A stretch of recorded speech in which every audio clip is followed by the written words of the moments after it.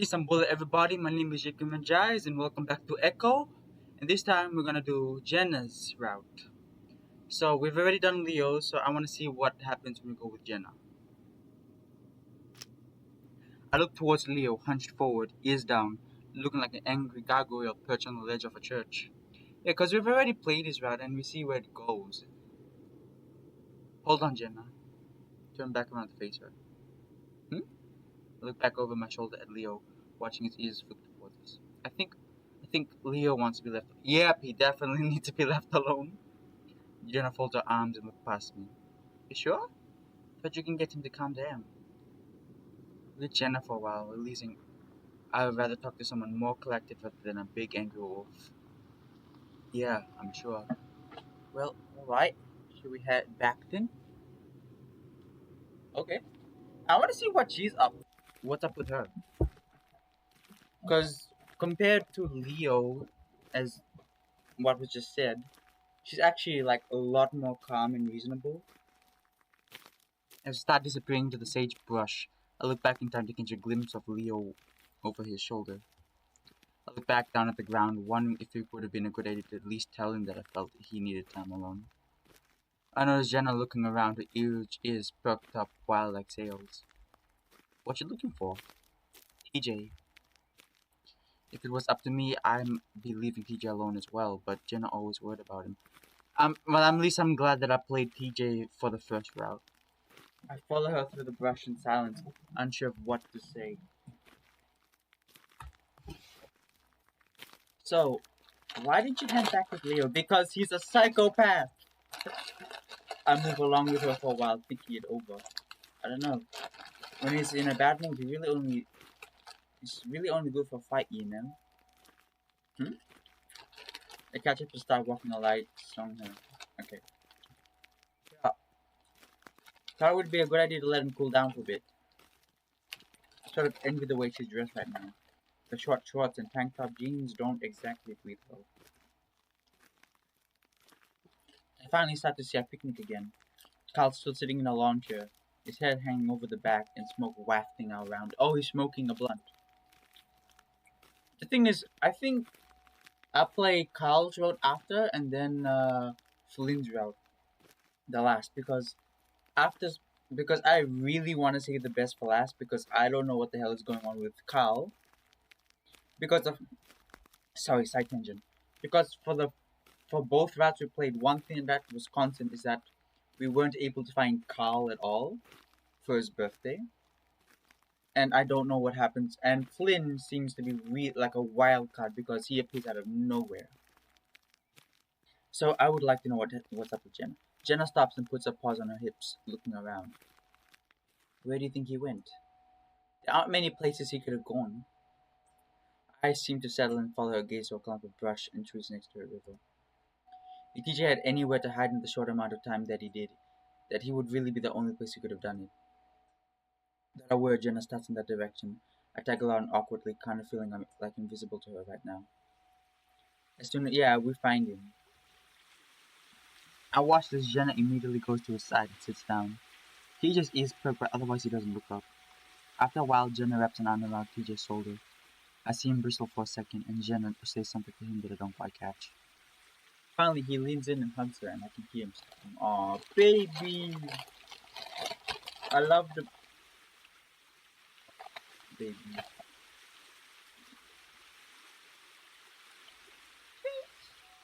Oh, yeah?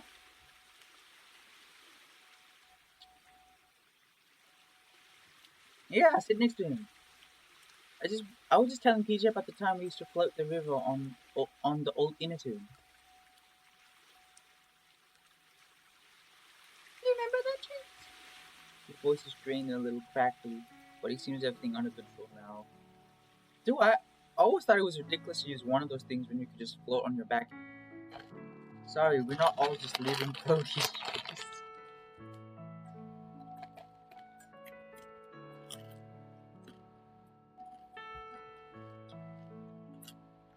It wouldn't have been. Jen has a way of making things feel natural and easy. It's like her confidence is a shield to all my weird awkward stupidity. Not really. Yeah, I hear TJ shift and sniffle as he wipes his face again. I'm sorry, guys. I didn't. You don't have to apologize, man. No, stop right there, TJ. It does stop. It's hard not to. Just a tone like that. Flynn is an absolute dick. Never let him affect how you feel about things. He only thinks about himself and how he feels. I don't think that's the case. Oh, the music. The music. Oh, the music is so beautiful. Right, Chase? Like, this is just a little bit unfair to Flynn. Yeah, he was pretty selfish, but he did care about he did. He does, he just doesn't know how to express it. So I think he does, even though he hardly ever admits to it. Probably best to agree with Jenna right now. So, yeah. He's just not thinking straight right now. I think coming here might have been a bad idea. That really shouldn't have one. That we probably should have gone to the lake. What happened happened, and there's not much we could do about it. Letting it absolutely rule our lives like this to the point of preventing us from going wherever we want to. So that's pretty messed up. I agree. We all went through it and it was awful, but we stayed friends and here we are. We should celebrate that instead of accusing each other of bullshit. Yeah. Because what Flynn had been saying wasn't complete bullshit. None of us really know exactly what happened, except TJ. And we kind of know what happened because of the first route. I didn't have any reason to come here, and I had the same mindset as Flynn. I never would have. How are things with you and my family? Same as it's been for the past 5 years. I don't know. Oh, so she's estranged herself from the family. Maybe you can try. Jenna sighs deeply. Sorry, I didn't mean. No, TJ, it's fine. It's just. She's just thinking hard about what she's going to say. Man, the things that Jenna could say about her family. I have too many. Oh, her family. Is her family like broken? That family is completely broken. Like, there's no fixing it. Going back there would just mean trouble. I've learnt my lesson. With Adam and Dad gone, it's just my mom and Jeremy now. Not much of a family to go back to. What happened? Is that why she's a psychologist? Because she wants to find a way. Maybe she subconsciously wants to find a way to fix her family. And that's her being a psychologist. Has your dad not anyone seen them since? As far as I know, no. But I wouldn't really care if he is back. Or maybe he's absent. Oh, he's missing. And if he really is missing, well, Mom never filed a missing persons report, so I guess it wouldn't matter. I'm sorry. Right. You're not exactly, TJ, my beautiful summer boy. You're not the one that messed it all up. TJ looks away as his ears down. Jenna sighs and puts an arm back around TJ's shoulders. And here I am bringing everyone down when the point was to make you feel better. Chase, remember something? Mind us of something happy. Oh, that's funny. Oh, she's smiling. I jumped and scrambled after being put on the spot. Remember when we called it Ye Yaw River? I remember when you called it Ye Yaw Chase. A bit of a speech impediment back then. Yeah. I remember that. It was kind of cute. It's quite. Huh. So how's school going, TJ? It's not bad. I got accepted to the athletic training program. Really cool because I'm really selective. I think I'm one of 20 that chose. That's really good, TJ. I'm really happy. Wow, that's fantastic, TJ.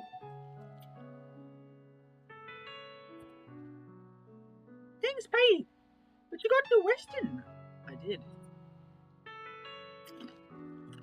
Hey, come on. Western is like the stereotypical best school in the country. You mean America?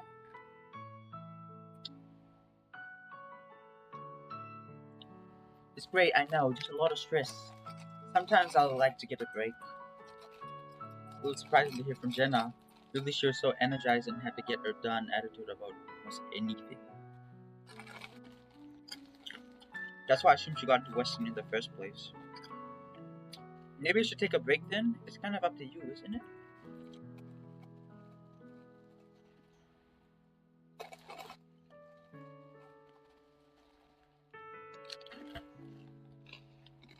Just because I don't want it doesn't mean I need it. Hey TJ, weren't you wanting to go hiking while we were here? Yeah, I know things are a bit bad right now, but it could be fun to go. Do I get to spend time with TJ again? I really hope so. I really hope so to spend time with him again. This time with Jenna. Of course, TJ, I was planning to go with you anyway. Oh, cool! My baby! At this point, all of TJ's gloomy Dinima disappears. His tail quirked and his ears raised up. Jenna looked sideways at me, meaningfully.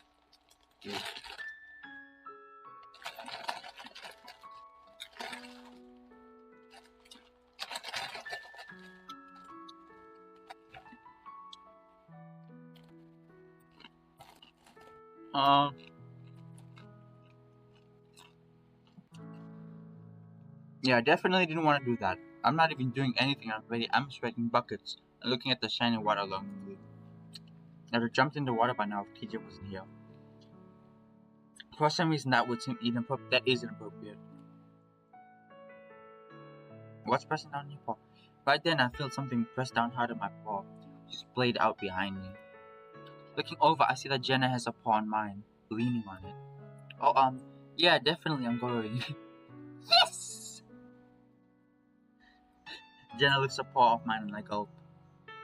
It didn't really hurt, but something about her suddenly touching me like that. Settle then. We should probably get back. We want to get a lot of rest before the hike tomorrow. I love you guys! I love you guys! Tuesday. It's Tuesday. It's Tuesday. It's Tuesday. I need to get some food.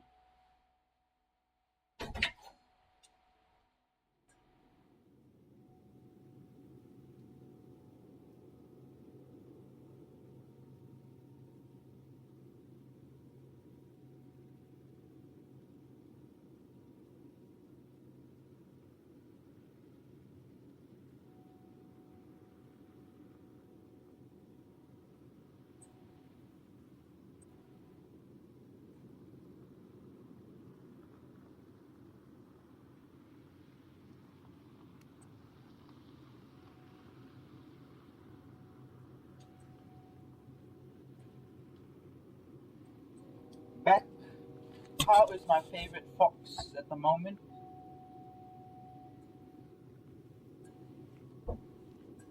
How is my favorite fox?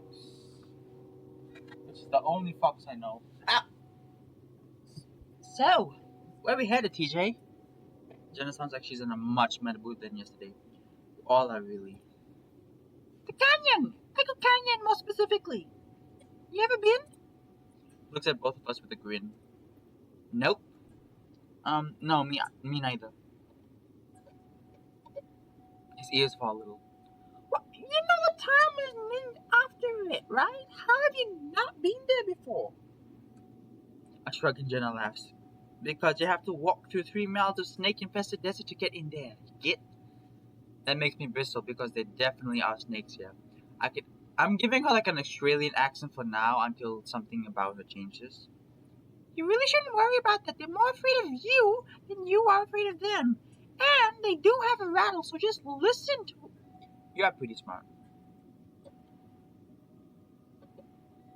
Jenna grins and looks straight at me. Yeah, you're right. The most dangerous animal you find in this pass is the blonde. What is the blonde?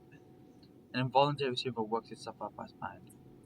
Oh, it's a spider because he's scared of spiders. Jenna! TJ frowns. That's even less likely, Jenna.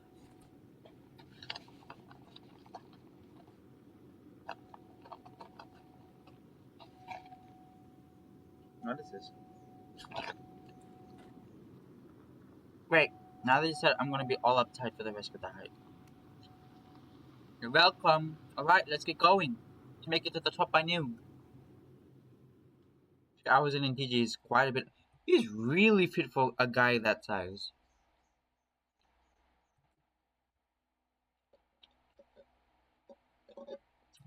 Oh, but yeah, because you are an otter.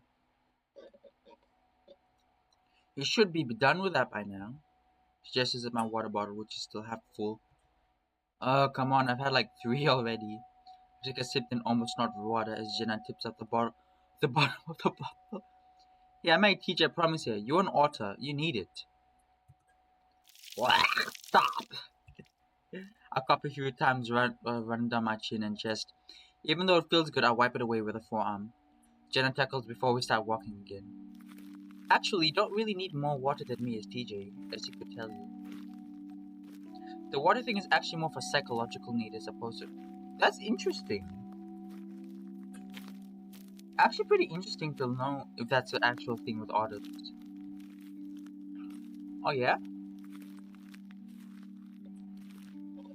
His camera! You know, back when there really weren't any ethics in research, they separated an otter apart from water, never allowed to swim. That makes me pause. Technically, in this day and age, otters don't really need to swim. A trip to the supermarket gets all that done. But something about not being allowed to be in water to feel the cool, isolated space that I so long to be. What happened? Depressed? Disengaged? Neurotic in general? Then, when they were done, they set up loose into the world. He killed himself a few years later. You know, it's kind of... Oh yeah, because she's a psychology major, she would know about this. It reminds me of, that, that experiment with the monkey, and they made like a rag mother. Like they created like a monkey that is just a rag, and it turns out that the monkey was like more more attached to that rag mother than it was to the actual mother itself, apparently. But then it'll be interesting. It's like saying that like that's like saying an Indian person is raised in a white family and they long to eat curry and stuff like that, or like I don't know, be in a desert or something. Like they have that urge that's there, but then that's not really. I guess that doesn't really apply that much to humans. I guess it's with a Waka. I guess it's what Aboriginal people. I guess that can count with the Aboriginal people, but that's another really thing. If you are an Aborigine in the audience, please correct me because I can probably be. I'm definitely butchering like your culture, so please correct me because I know that they have the Wakambauti, and that's kind of like something that's they do. And there's also the Benga firewalkers in Fiji, where they kind of believe that only the people in Benga in Fiji are able to walk on the stones without getting burnt. So it's pretty interesting to learn about. Wow. Yep, I mean, ethics are in place now, of course. Not that the psychological association is that better. You probably heard about their role in the whole advanced interrogations controversy. The waterboarding stuff? Yeah, but it really makes you realize how powerful the brain is. It's not all physical necessities. Must have been really pretty awful for him that he killed himself. I can't imagine. Talking about offing oneself, though, it's got me thinking. Oh no, he killed him. He offed himself. So she knows as well. He wanted to talk about Adam. No, no. Well, I sort of did, but I don't think that would be appropriate at all. Just wondering, are you gonna see your family sometime in the trip? We talked about it earlier, but I guess you really didn't give an answer. Jenna snorts loudly, tossing her head back. You're kidding, right? I felt my cheese flush, knowing that I might have said something really offensive. I'm not really in tune with how things are with Jenna. Leo and sometimes even Flynn dealt with most of that. I mean, aren't you a little bit curious? Curious is the wrong word. Oh? Be morbidly curious. Anyway, they haven't bothered contacting me since I left, so as far as I can tell, they're not missing me. Guys, there's a giant dip over here, so watch your step. He's just quite a bit ahead now. I don't even see him anymore across the golden bush. pick up the pace and Jenna follows. Well, do you miss them? Chase, you're not making this any better. She doesn't say anything for a while, which tells me she doesn't really think about it. No, she says it, finally surprising me a while with her bluntness. At least not my mom and my dad, not even Adam. Really? Jenna shifts around and she grabs another water bottle out of her backpack and hands it to me. Adam had problems. Mom and dad fucked him, of course, but he took it out on me. He did some messed up stuff. I debate whether or not I should ask what exactly the messed up stuff was, but I'm way too scared of what it might be. Jeremy, though, I guess wouldn't mind seeing him again. I give her an incredulous look. See, Jeremy's the one I would have thought you would have wanted to talk to. Yeah, now, Clint is the one that fucked up. See, now, this is like a character that's recurring. Clint. The one that fucked up Jeremy, but he really was a good. I wonder if Clint gave him drugs because he was a druggie in Leo's route. Jeremy was, for as long as I can remember, a royal dick, a bully to me, TJ, and Carl. Along with Clint, he terrorized our childhood. That is until Leo showed up. I'll never forget the day a real lamb Jeremy's head into a tree and plunged Clint so many times in the face his eyes almost fell shut.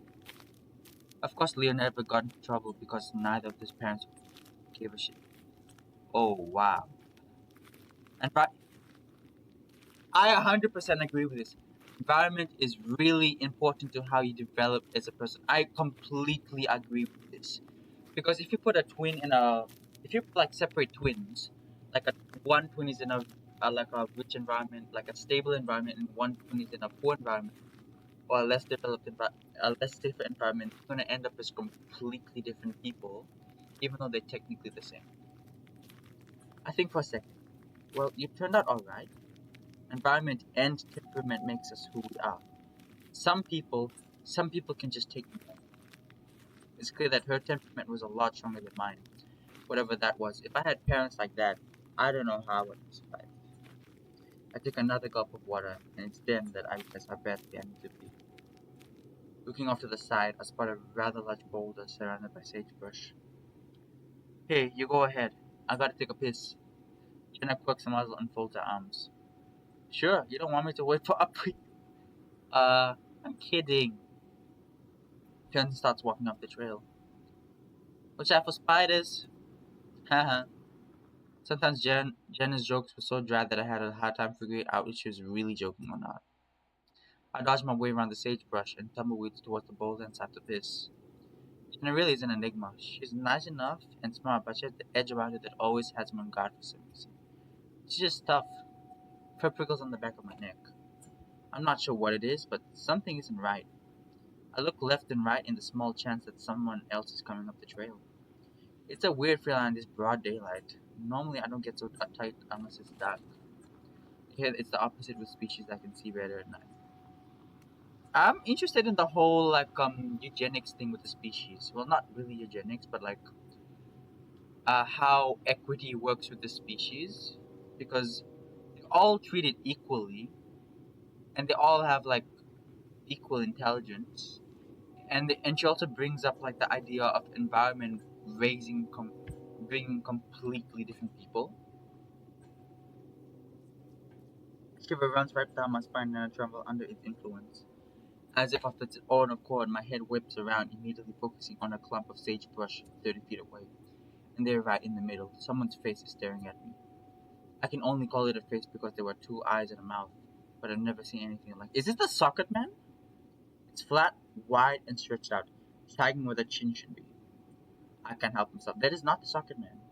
I yell loudly and stumble to the side as I whip my body around to defend myself, somehow conscious at the fact that my. Then it all comes together. I stare for a few seconds longer, then force out a high-pitched laugh. Are you fucking kidding me? It's a rock. A white rock, and the sagebrush twigs have fallen over it perfectly to give features some. In Leo's route, when I was in the cave, we saw a monster that happened to be white and pale. I sat and rubbed my own face with both my paws, feel my heart hammering in my chest. I always did this shit to myself. As I lowered my paws, I noticed a wet streak across the left side of my pants. I hadn't finished peeing yet. Fucking son of a bitch. Then turned back to the boulder trying to work myself into peeing mood again. Finally, as I start up, the prickling feeling on my neck starts up again. I try to ignore it, but I'm getting worse and worse. I shake my hips around a few times and zip up and start back around my boulder. It's at this point that I give a quick glance back at the brush. The rock isn't there anymore.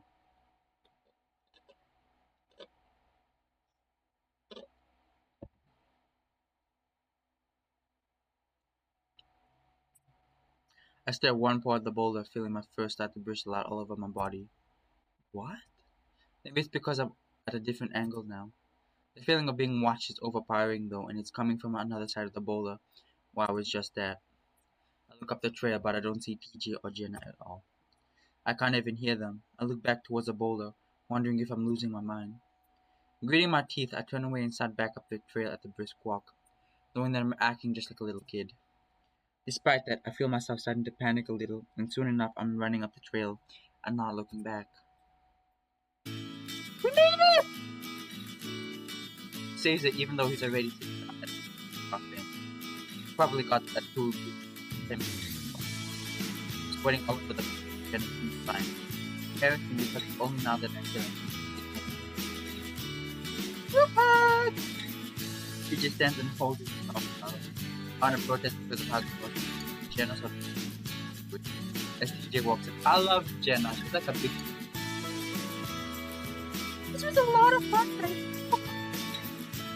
Well, we're glad you had fun, even if we weren't able to keep up. As we lean back from the hug, see Jenna's laughing. I press my tail a little closer to my beard. Alright, let's eat! Sit down on the rock and eat. And I'm out. He's been so excited about it that he's gone to eat. Oh my god, TJ, you're such an angel! You made all of our sandwiches. You made the sandwiches yourself! Actually pretty good too. This is like avocado, even if it's actually. At least he went out of his way to make it. That is a true dedication. Silence for a while, and looking over, I can see that Jenna's deep in thought, chewing sourly. What's up? She shrugs, then swallows. Just thinking about how this might be the last time we really get to hang out is all. That's kind of a sad thing to say. Well, think about it. I graduate in a few months, and I'll be off to the other side of. Are you like finishing your undergrad? Then you'll graduate Chase. I don't think you'll be sticking around here. Maybe. And you, TJ, you might leave the country. That would make sense. TJ's parents are back in his hometown. I think we'll get together again. It's just a matter of planning it right. It might be a bit wild, but it'll happen, and there's always the internet. That is how me and my friends always communicate as well. Just saying, I hope Flynn can get over himself before the end of our trip. I don't think there should be a big send-off. We still got time. Also, how does this work? Because TJ mentions that like his country, like the place he lives is close to Echo. Because he was able to drive all the way down to Echo. But it was snowing, but then again. If the place is close to him, does he live in Canada or something? Or is like the way that we know the world different from the way that they experience the world? I lean back and drift my arms over the back of the bench, closing my eyes. I really want to take my shirt off, though. The fabric is almost soaked through and is clinging in a really gross way to the fur. The sun is beating down on me, shining bright red through my eyelids. If only there was a pond up there, I would be able to sink to the bottom, the sun reduced to a shimmering silver. My type really isn't built for this kind of weather. I feel Jenna shift next to me, and suddenly I feel her nose up against my ear and I shiver a little. What the hell was she doing? I start to turn my head towards her. Chase, do you need some musk off? But my eyes squint against the brightness of the sun. What? I said. She leans forwards, obviously not wanting TJ to hear. She laughs a little bit before starting again. You're smelling a little strong. Instantly, my ears burned and I scoot away, instinctively lowering my eyes. Shit, sorry. No, it's alright. You didn't know we were going on a hike before you packed, but I have some. He's just looking out over at us curiously as he nibbles on his salad wrap. Ears perked and I don't know why, but I glare at him, already humiliated enough. He frowns. What? Nothing. Jenna's just telling me I stink. Oh. Jenna laughs and reaches over to her backpack and opens the top zipper, talking in a normal voice now. It's the female brand, so it's not as strong, but she'll get the job done. Thanks. Grumble and snatch it from her paw, instantly feeling shitting about it because I know she's just trying to be nice. Even though TJ and Jenna are probably the nicest people in our little town, she's still fucking embarrassing. I actually prefer feeling Flynn's ribbing right now. Don't worry, we'll get to this. I stalk off around a rather large bush and push down my pants.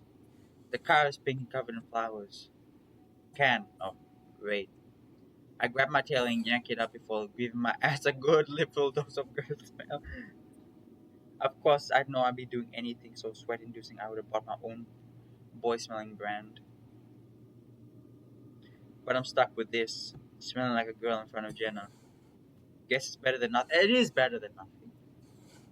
As I come back around the bush, I can tell something's off. TJ meets eye with me, then quickly looks down, frowning. I'm glad. I'd honestly be happy if you just joined in with Jenna and laughed at me instead.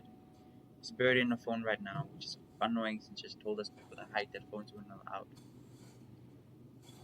All done? She doesn't even look up but points at the bag with a foot. Go ahead and stick it back in the bag. I sigh and bend over to shove the can back in, then notice that it's been zipped close again. Without thinking, I zip back and widen the gap immediately, find a big, furry, orange and black spider glaring out from the bag. I scream like a fucking girl and jump, dropping the can, stumbling back and falling flat on my ass as I trip over some rocks and land on my tail wrong. Ouch! And send a jolt of pain up my back. Jenna already starts laughing the moment I scream for the paw to her muzzle. Only one though, because the other is holding a camera phone and just filming the whole fuck. Did you set it up? Oh god, are you okay? She's still smiling behind the paw. Fine. I guess I have a decision to make, whether to get mad or just to shrug it off and laugh at it. I go with the latter and grin sheepishly. Wow, I'd expect that from you, Jenna, but PJ, what the hell, man? PJ flinches a sad look on his face. She told me she'll throw me off the cliff if I said anything. Jenna laughs again and puts the phone away before picking up the can and shoving it in the bag. Success! Where the hell did you even get that from? Is it a rubber spider? It must be a rubber spider. Hmm. That one rest stop with the stupid t-shirt. It is a rubber spider. Right, everyone does. I know you need to get some shots of the Tanyan. Hey, Sasuke, at least he's helping us as well. Sit cross-legged next to Jenna, a bit further back than she is with her legs dangling over the head of the cliff. I guess someone that's so confident about her life and future isn't worried about the falling of the 80 feet to her death. Sort of the opposite of Kyle, but with the same result. You know, one good thing about this place is stuff like this. Hanging over the edge of a cliff? Lack of people. The mountains. I miss that. Oh, I hear the mountain pack is small, like hills. That sounds nice too. She picks up the size of the rock and tosses over the edge, listening to the clatter as its echo as it bounces out down the hill. Doesn't really matter though. I'll be living in a big city, way bigger than Peyton. Are you nervous? About living in a big city? No. I'm more anxious to get started with school actually. Of course, I'll miss you guys too. A lot. She flicks his ears back at TJ who's flat on his back under a tree behind us, snoring lightly. I wipe my forearm across my forehead, the oils from the waterproof fur sliding nicely against each other. Sorry, but I pull my shirt off. I need to let my shirt dry out, it's fucking gross. She looks over at me, then a silver and turquoise necklace catching the light and flashing briefly. Jenna looks perfect, of course, the fur on her face and arms pushed through the lei, held together by some kind of spray, probably. By comparison, I look like a soggy log covered in wet brown mold. I brush and I look down, like the bravado I had worked up to take off my shirt dissipating out of her gaze. She doesn't laugh, though. I was wondering when you were going to take that off. It looked really uncomfortable. Yeah, sorry, I'm gross. It's not gross, it's just what your body does to survive. Jenna sometimes say things I suspect carry a lot more meaning than what's on the surface level, but honestly, I'm too dumb to figure it out.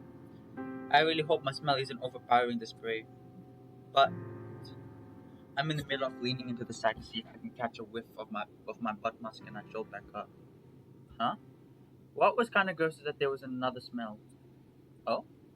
Yeah, did you pee on yourself? We did! It takes me a second to register what she just said, and it hits me, and this time I have to close my eyes out of shame. Of course she was gonna smell that. Foxes can smell fucking everything on you, and that just happened in the last week. Yeah, yeah, I did. She laughs this time and I look away, off into the canyon again. I know it can happen, but it just smells like it was a lot, is all. I sigh and lean back on my paws, letting my head hang back. Just I debate telling her exactly what happened since it seems so childish, but it's not like she's being mean. She has a demeanor about her that makes you want to talk. Must mean that's like the grid work. I hope it is. I just saw something that scared me a little. So when I jumped off, I got someone. What did you say? She lays out flat on her back, legs still dangling over the side with the paws behind her back. I guess so she can get a better look at me. Avoid looking right at her in case she thinks I'm staring. Okay, this is gonna sound stupid, but I felt just like I was being watched. You know when you psych yourself up and everything looks scary? Of course. She felt it behind me, and when I looked, I saw what sort of looked like a face and some sagebush. I hadn't really thought about it since it happened. Not that I am, it's only now that I'm realizing how weird it was. Huh, like a face you recognized?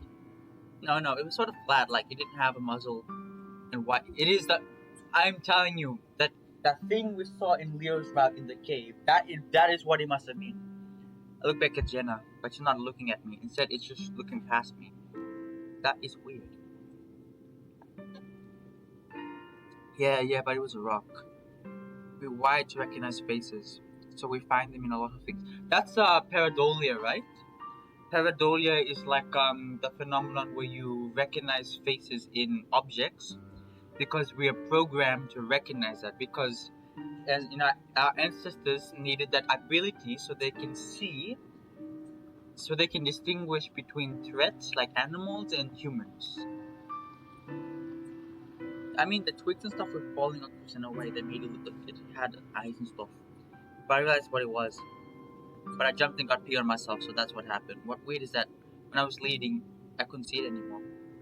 I did the last part with a laugh, mostly to hide how freaked out I am about it. When I looked at Jenna again, I can see the fur on her neck is lifted a bit. It was probably just the angle though. You alright? Jenna looks back at me and I can tell she's debating whether or not to tell me something. I'll wait. Just made me think about when I was a kid. Hadn't thought about it for years actually. I pause. Do you want to talk about it? I'm worried that I'm about to open up a can of worms. It wasn't traumatizing or anything like that. Well, it was actually, but it wasn't real. I wonder if she's seen the socket man as well. Did you see her face? Yeah, not exactly like yours though. It was more. It is! It is! It is! It's more of a red color, but it was flat too. That's what made me think of it. Whoa.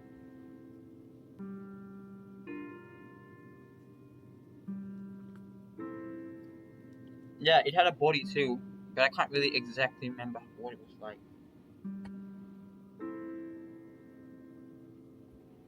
Did you dream it? No, not really. I dreamed. I shot in the sense that I was asleep when it happened. I just seen it walking around in broad daylight sometimes. What the hell? Are they just like real solid memories like it really happened? I don't know. It usually happened when I was sad or angry, like when Dad was having one of his moments. Oh, that's interesting.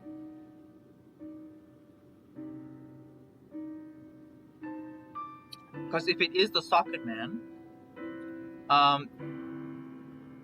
socket man, then his behavior is really interesting. Because when we saw, oh, by the way, it's called the socket man. That monster we saw. in Leo's route. Basically, um, because I noticed that when it ran after us, it didn't actually kill us. It actually sent us into the lake, like it teleported us or something into the lake, and that way we were able to deal the shit with Leo. And when we were in the cave, when that monster came looking for us, it was Flynn. So maybe it led Flynn to find us, and as seen here, it was actually helping out Jenna. And you see it walk past the doorway or sit in a closet. Really? What the fuck? This was a long time ago, like when I was 5. I don't want you to think I don't want you to think that I'm crazy, Chase. I don't. I saw things too as a kid. Yeah, I think you've told me. I had, and there's some things I really don't want to think about now.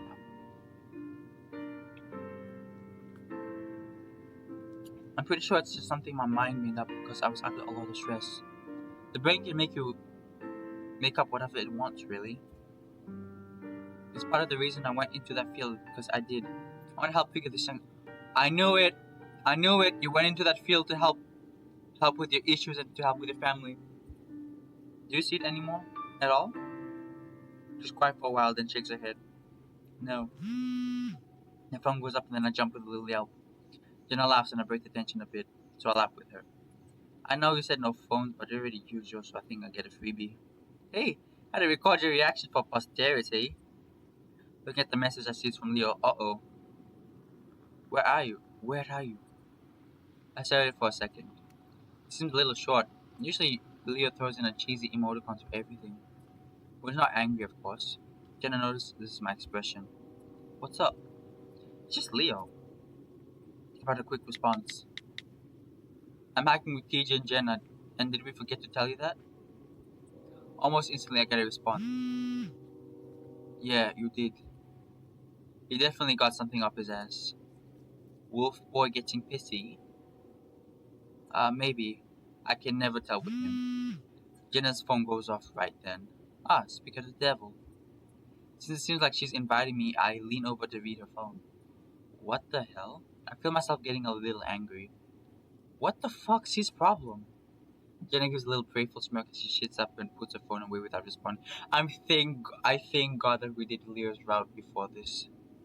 Oh, he's jealous. That gets me flustered for some reason. You think so?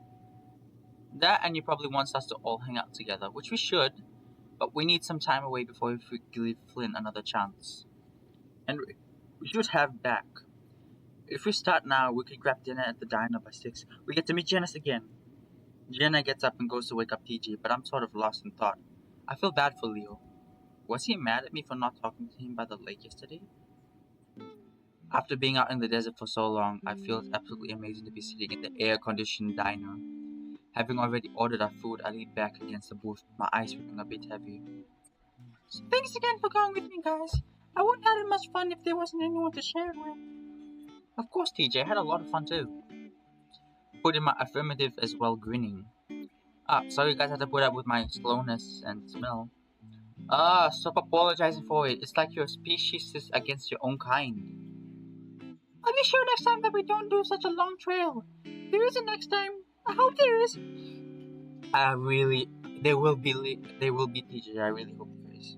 Maybe. There's not exactly much else to do out here. The thought of hiking again makes my knees weak, but I don't see anything. So, Chase, I have to ask, have you been seeing any guys at Pueblo? That question takes me by surprise and I pause looking at Jenna. She just looks surprised as well, but looks at me curiously. It has been years since you and Liu were together proper. You two were pretty outspoken in all your social media pictures. DJ says from his initial shock at the topic shift and nods, speaking up. Yeah, in comparison to back in the day, you've been pretty quiet on that front. I love how he's like a Christian character, and yet he's like not really and he's not really judgmental about us being gay. So that's actually pretty nice to know. I feel myself twitch irritably in remembrance of all the kissing selfies and cheesy song posters we posted. Leo did most of it, but it was by no means innocent. As of late, I really haven't posted so much. Most of the people who are still on my timeline just rant about political stuff. Oh no. As the two look on unexpectedly, I feel myself shifting the neither Diana seat uncomfortably. Well, not really. Oh? Yeah, I guess after a relationship as long as Leo and I's, it's kind of just been focused on, adulthood. Adulthood is difficult. A reasonable thing to keep you occupied. TJ nods with a broad smile, his big ears flopping a little. Well, having engaged in anything more casual since, I feel myself blanch a little before we combobulate. TJ just looks confused, thankfully. I don't know what.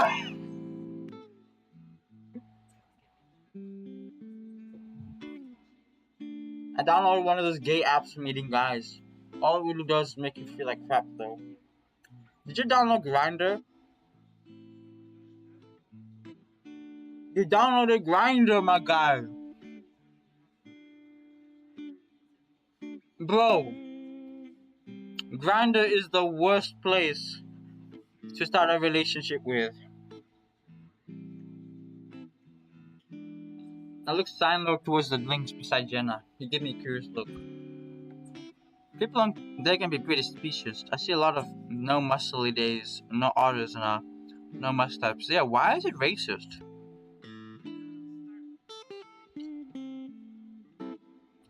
And I met up with a few guys, but it was all pretty awkward and it didn't go anywhere. Most didn't look like the full picture. Catfishing. That's awful. Can't imagine putting yourself up for that sort of thing. He pauses, then quickly holds up his paw defensively. I mean, meeting someone you like and love organically, I think that's what is important.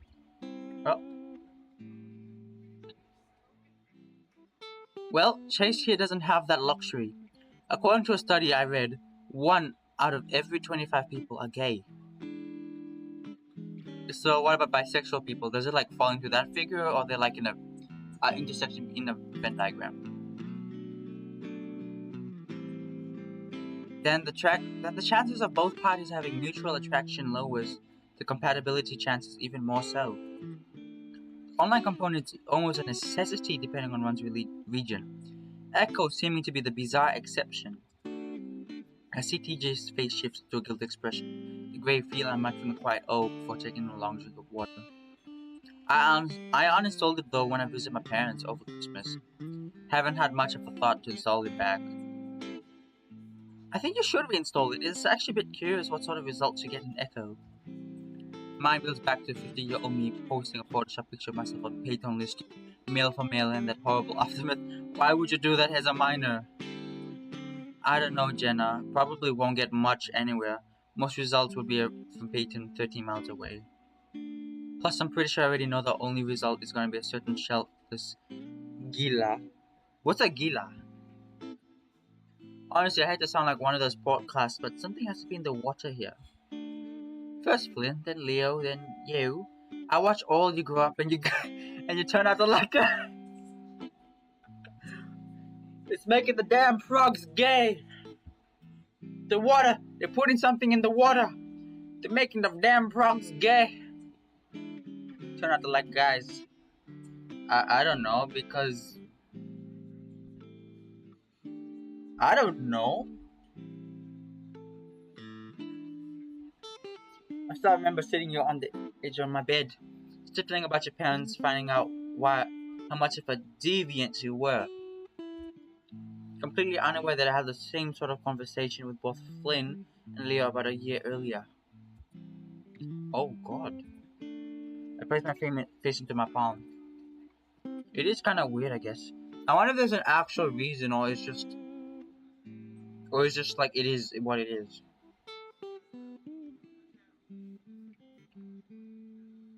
That is a pretty interesting thought to think about. Is it just because I'm assuming this is like a southern state. Echo, Utah is based on a southern state, and a lot of people in the south are like pretty gay or like part of the LGBTQ. Like it's very conservative. It's just the amount of LGBTQ people there is pretty big though. So I wonder if it's playing on that. Or maybe wait, because I wonder if the guy that's possessing us is gay as well, and like we kind of get some of his traits. No offense, I'm just thinking out loud here. I wonder if, like, the people he was mentioning, like Nick and William, what if they possessed Leo and Flynn as well? And that's kind of like what's causing them to act insane as well. But now that you're officially bi, your horizons have expanded, yes? I have to ask, have you been dating any girls? I'm taking off guy looking back at Jenna. TJ stopped sculpting his eyes water. Not really, actually. I mean, I guess you could say I lean towards males, but it's not like... I was about to say that I sometimes look at straight when I'm in the mood, but that might be a little inappropriate when TJ's there. It's probably inappropriate to say in front of Jenna, too. The guys talk about porn in front of... I mean, it depends on the friend. Because I have a friend that's a girl, like platonically, and we talk, and she can talk about like the freakiest shit, and I'm like, I thought I was the freak one. It's like, now you're 8, you're a sweet summer child. It's not like I don't know these girls. I finish the sentence lamely, but TJ just nods. That makes sense. Well, have you ever slept with a girl? Jenna! TJ's face goes from cheerful interest to outright horror. It's so comical that I start laughing beside Jenna's question in surprising me as well. This is how boys talk, right? I've been hanging out with you guys since the 4th grade. Don't exclude me just because I'm a girl. That's a good point. I don't talk like that. Despite TJ's reaction, I'm not too bothered by it. No, I haven't. I kissed a girl once at a party, but that was it. Do you want to be with a girl just to see what it's like? Now I'm starting to get a little embarrassed. Whether TJ's more appalled or not, I can tell since he's got his face buried in his paws. I don't. Maybe. I don't know. Just curious. Just wondering why I didn't pick up on this about you before. Jenna grins and looks out the window. Notice then, with the way the sunset is lighting up the diner, how pretty her eyes are, it almost looks like Annette. Are we getting feelings for her? Oh, I wonder if we like get romantically attracted to every character that we're on the route with. So I need to ask your favorite chicks. Stephen wondering what the hell it might be after the conversation. I'm wondering if you could drive me to the mall. I want to get a few things. Oh sure, what do you need? Jenna hesitates, and for the first time today, she's the one that seems embarrassed. Well, you know, in Pueblo we don't exactly have a great comic book shop, even though it's huge. Oh yeah? I wouldn't really know. I never did go to that section of the mall. What's especially lacking is the manga section. Oh wait, yeah, because she's into manga as well. She likes anime. I smile. I've forgotten the way that after she gets her first job, I drive Jenna to the mall once a week and she'll buy her favorite manga. Jenna's still not looking at me, but I grin. Yeah, it'll be just when we were in high school. I've been keeping up on all sorts of the series. I remember being amazed at how much material was in those books compared to the comics, even if they weren't colored.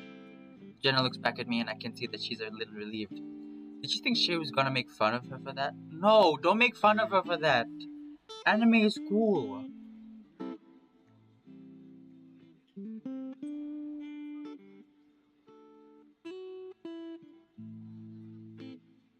Keep it up. I keep up with it online mostly. It's more for old time's sake. Believe it or not, that mall has some of the happiest memories I have to this place, aside from Leo's house. Of course, I believe that. I guess there are a few special edition volumes I want to get that might have. It's always surprised what it might able to bring in. That's cool. You know, I watched an anime since what I last saw you. What is it, Naruto? JoJo's Bizarre Adventure? Oh, really? What was it? It's gonna be some gay anime, isn't it? I can't really remember. Ichiro here. It was a long title, but it's about this old wolf guy that becomes a samurai. Ichiro Hiran Inoru? She says it quickly with what sounds to me like a perfect accent. Maybe that sounds about right. Jenna makes a face like she swallowed a lemon. It is. It's the only old wolf samurai show I know. You gotta watch some of the older stuff. Anime these days is just, no. No, we need to do that too. One of the nights we gotta watch the marathon Gambate ne. The hotel Wi-Fi is good enough for it, I think. I wanna watch anime with her as well.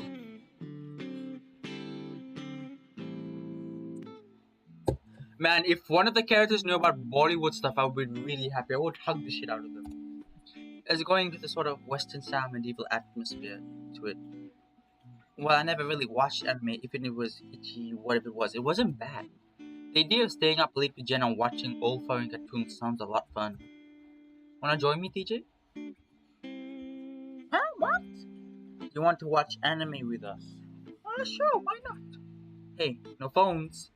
I teased him reaching for it and taking it from him. I thought that was only for the hike. I glanced over the screen, expecting to see some Christian soldier group or something, but instead, it's a text thread from Leo. Yo, TJ, where you at? Hi, Leo, we're hiking. You going somewhere after that? Yeah, the diner. Do you want to meet us there? Is Chase going too? Yeah, he's here. Are you reading my text? That's really rude. Oh, his face. I look up at TJ, who's glaring at me from across the table. I look back down at the phone. Alright, on my way.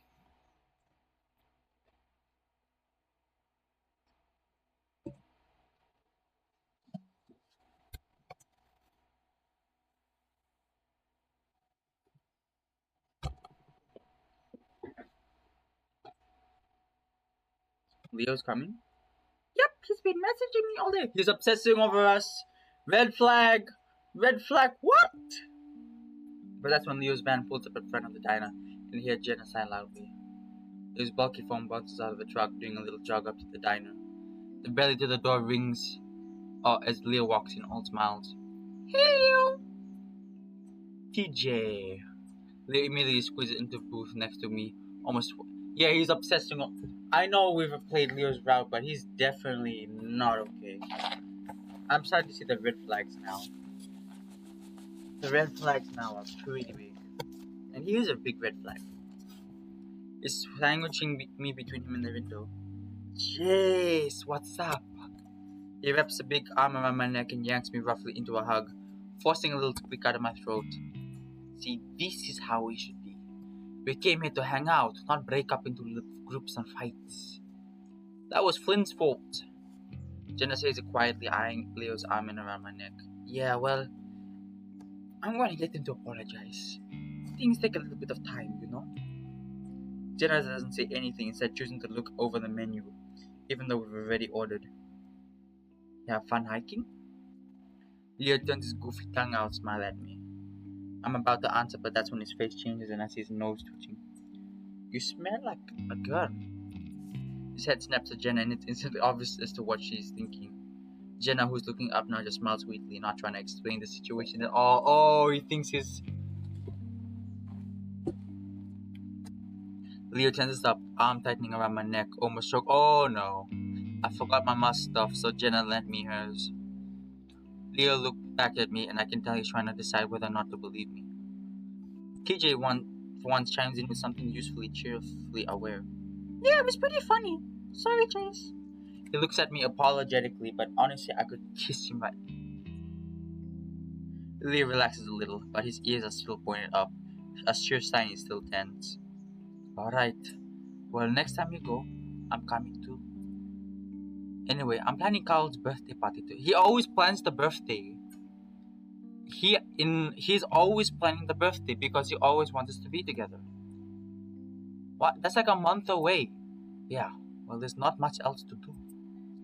Jenna leans back into a seat and folds her ears down. That's really short notice, Leo. Couldn't you have told us before? Yeah, you should have told us the entire time. Well, I was planning to do that today, but you guys just took me off without telling me. I don't have a gift. Leo rubs his face. We've still got time to do that. Damn it! I just wanted to tell you what's up. I need to charge my laptop. We chat for a while longer, then we get our food. Leo orders a milkshake and hangs out with us the whole. So it's similar. Usually I would love to have Leo around, but something about this feels forced and awkward. And John has gone pretty quiet. Leo doesn't let go of my neck the entire time.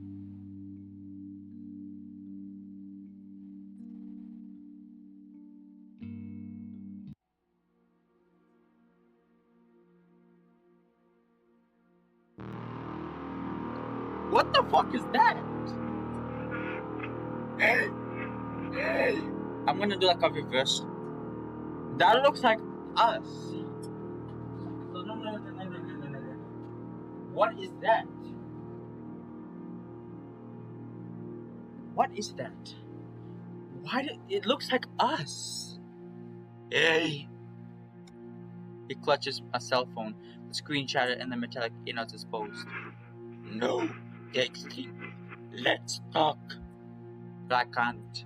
If you decide on what you're gonna do after school, don't worry about it right now. I still got a few months to decide. Is that us? Going to the bathroom. I'll get right back. I've never seen this I've never seen that font being used in the game before. Despite being shattered, the phone in his hand lights up. I see something flash on the screen. Jared. Hey boy. Oh, is this supposed to be like a grinder thing? Hey boy, where you at? I miss you. Call it now. Oh, is this the hookup we were trying to do?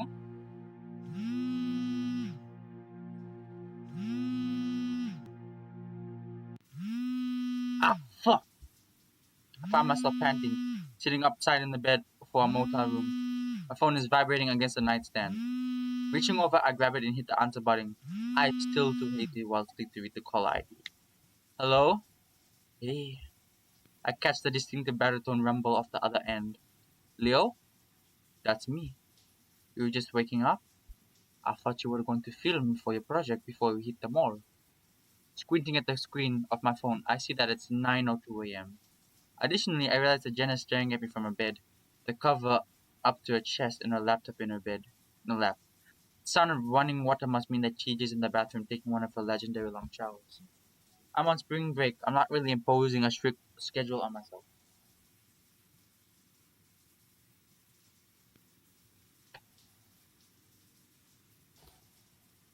I yawn, trying to set my focus back into reality. Despite having slept for at least 10 hours, I don't feel rested at all. Lazy author. Alright, I'll call to let you college kids know that I'll be at the motel in about 10 minutes. Great. What? Nothing. Jeez. What? I'm hanging up now. I need to put on some clothes. I'll see you. I set my phone down back on the nightstand and slide out of bed. Still rubbing my eyes a bit, I dig through my duffel bag for a decent outfit. As I pull out a pair of khaki. Of course you wear that. Oh wait, doesn't he wear that? I'll wear Jenna clear her throat. You're still dealing with sleep paralysis. We have sleep paralysis? Huh? You woke up swearing pretty loudly. I'm surprised TJ didn't leap from the shower to check up on you. I feel a twinge of embarrassment. Oh, it wasn't paralysis this time, just regular bad dreams and such. Also, Leo will hear it in 10 minutes, so you might want to get dressed. I see her type something quickly upon her laptop before shutting it. She slides it out of sight between the nightstand. I guess she doesn't trust the clean stuff. Do you still see a therapist? No, I'm not sure the one in Peyton helped. And you know how things are at Pueblo. Everyone's got a mental disorder or something. It's trendy and no one's taking it seriously. That's just the stuff that Leo says. They have free counseling services available running out the psychology department. You don't pay all that tuition money for nothing. You might as well use it. Well, do you go? I slide on an old t-shirt with Southwestern Adventures printed on the front. The red dye had faded to pink at this point. No. But I don't suffer from hallucinations, sleep paralysis, or night terrors. Please tell me you're at least still taking your We have medication? None of that helps, so no. Chase. I catch the look she gives me is different from her usual almost paternal stare. Her brow is lifted and she seems more than just concerned, a glimmer of worry present on her face. I find myself turning away from her abruptly, as if I had seen something I shouldn't have. Trying to keep myself busy with something, a bagel from my little communal table, eating it over. I can get to the point when I'm dragging someone from the bathroom to motel shower. This isn't exactly a full water machine like the ones back in February, so it takes forever, especially someone third like me. Turns into a damn poofball after a minute in one of those things. Meanwhile, Jenna braces herself while getting dressed behind me. I don't know why this feels so awkward. Usually Jenna's the only person who can speak to, and no one is worried about that voice. Wolf boy is here. Just a minute. Step over toward the bathroom door. Hey DJ, Leo's at the door. Hurry if you can. What? Leo is at the door! Oh, okay. Oh gosh. Hurry up, hurry! Glancing over, I see the door handle jiggle. Still locked. Not very patient, is it? Never was. The knocking continues to hear Jenna say. She moves from the corner of the bed to the door, unlocking it. It is at this point I realize she isn't dressed yet. Body covering over only a pair of bra and pants. Leo stares hesitatingly, but the words visibly cutting into what he realizes Jenna stares. His jowls visibly thin along the contours of his mouth, his auburn eyes looking briefly between them back to Jenna. You said you'll be here at 9:30, Leo. What's your problem? Leo blinked. What is my problem? Why are you looking? Because you wouldn't stop pounding on the door, and I didn't want to deal with that creepy guy at the front desk yelling it up. Now wait outside like Chase said. Just a minute. Who is it? That's us going. Amen. I stay awestruck again and moving back to the sofa closer to my Okay. I didn't want to see that. I did not want to see that. I did not want to see that. Okay. I don't think this one anything. I checked the game that isn't actually animated. And if it was, I would send Chase, you want to bring that snack bag up to the mall? I hesitated but I pressed it there. It's the only moment where I had to slip on a familiar black cotton toy. Okay, she sits back on the edge of the bed, taking a small comb from one of the drawers and grooming her head for it, despite the fact it looks perfectly done. KJ emerges from the bathroom, his fur not adequately combed and giving him a sort of lion's mane looking that only punks guy go for. I smirk a little as I grab a bag of food, KJ frowning at me self-consciously. I thought we were in a hurry. It's alright, TJ, don't worry. There's no need to rush. Don't we have to get Carl his birthday stuff before the party this afternoon, though?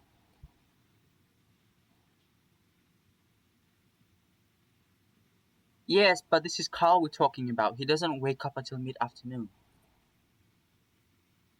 Who is it? I'm recording something.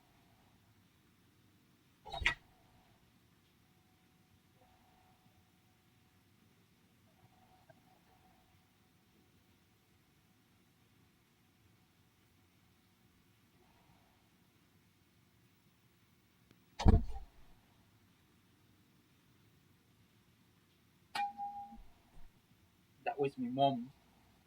I'm gonna cut that out. If we show up too early, he'll be too groggy to realize what's happening. That is true.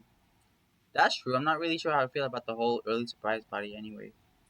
But it does give us an excuse to check out the comic book. Yeah, I want to see what different options there are. I want to visit the music store.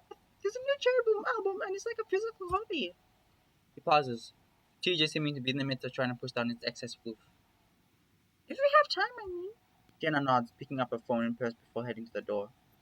Follow.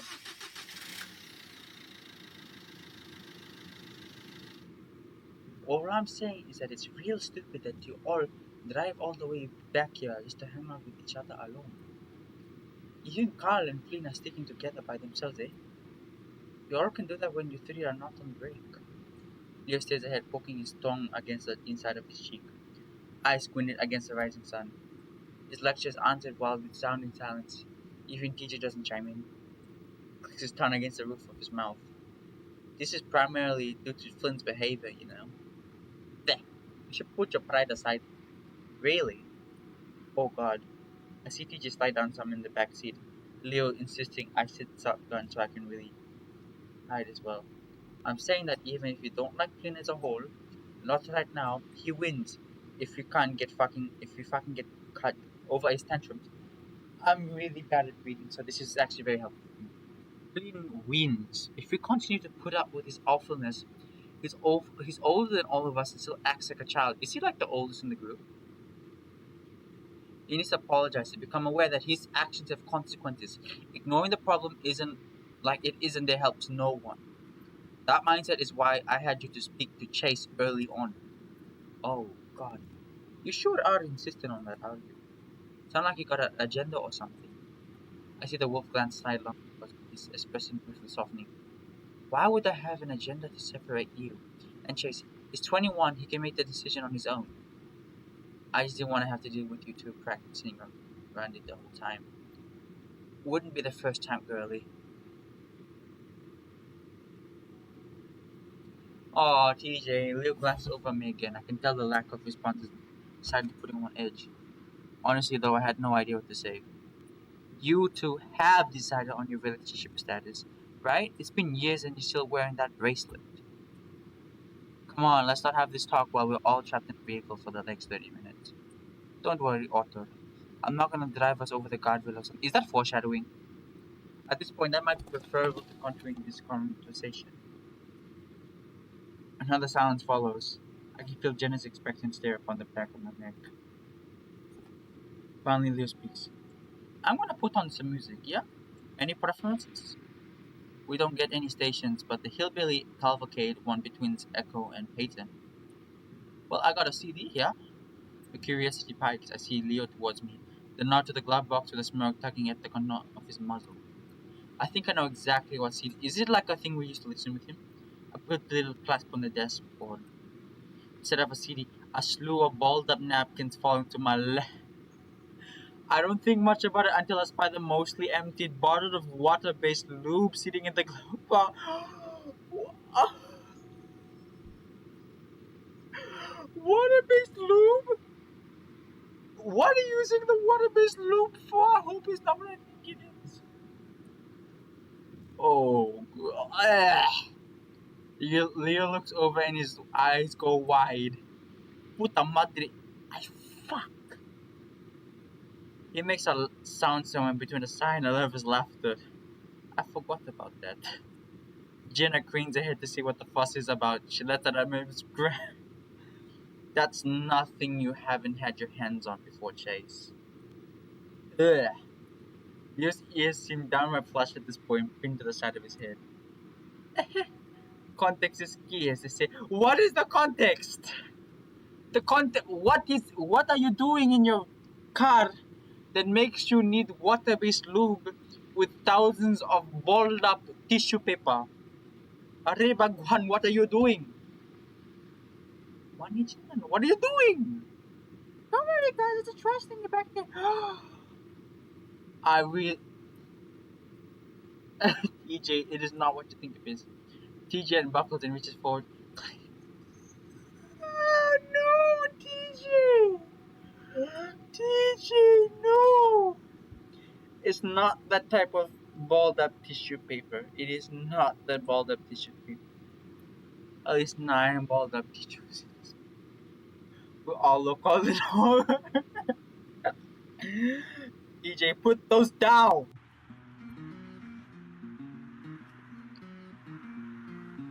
Sure, it's empty. It is Wednesday morning. You're like the only car in the back. Parking lot. What is spooky? I ain't afraid of no parking lot. Good mom, back. Wait for college. Only thing that scares me anymore is college debt. Maybe that's not going to college debt. College debt. Oh, don't say that. Why not?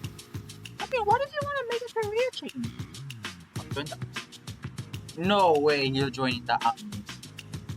Ain't no way you're joining the army. I'll join the army.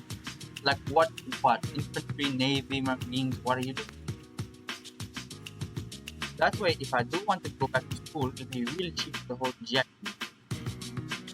It's unsettling that the route so many have to take. It's unsettling that the route so many have to take.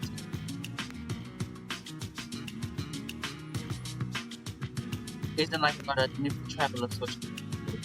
Isn't like I got a gifted travel association. Oh wait,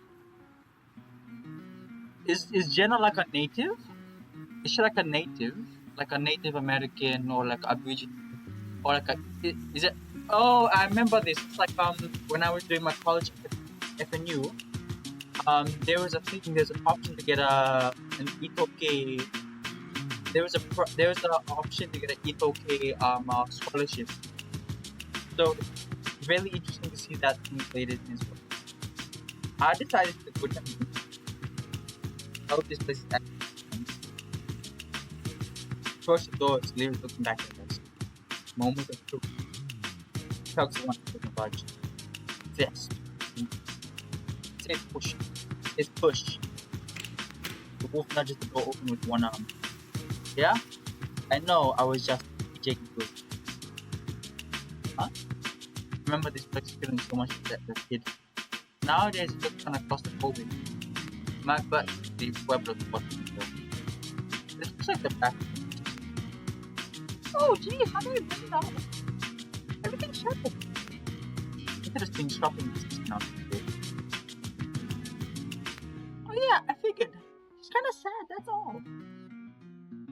Link steps out towards one of the clothes shop. The perforated steel wall shutters it around, just enough visibly to. The Link steps up towards his clothes shop. The perforated subject. This used to be the mask shop. Why would it be a mask shop? I don't think Carl needs any masks unless he's going to stick to bank or we don't know about it. Clear smiled lopsidedly. No! Might actually want a lucha wolf mask. Remember the kid Carl always bought it off the random wrestling pack. The fake kind though, and most of it sounded more like a soap opera storyline than a I never really got into it, but it was really funny back whenever we faced this problem. The card spread my observational catalog to reflect. Internet modem not work, suplex it. Fishing pole all technical in line, suplex it. Having to do with the booty, suplex it. If only give me and him get along.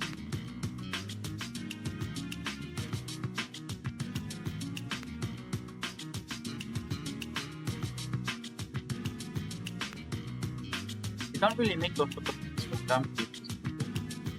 I don't think you'll actually wear it. It's more like a collectible. There's enough of that sort of stuff already. The room is already a cluttered mess. We'll just be adding to the pile. Carl sent me a picture of it over Christmas, and it would look exactly the same as it would make it cool. Matter of a better time, I suppose. Yes, but the issue is that he doesn't actually need this room to make some new better time for himself. He's like a need, right? Just wells on nostalgia from video games I had touched since I was 12. You're telling a lot of the junk my roots in the room. Happy birthday, Carl. Instead of giving you a gift this year, we're selling your stick. See jealous smile, letting out a amused puff before moving in. I realized that TJ is still standing in front of the closed shop. Hey, Tommy? That same bristle touched from thought and back to reality. Yeah, sorry. Did you go away from there? Oh, piece of food. I'm not really sure what to say in response to that thought.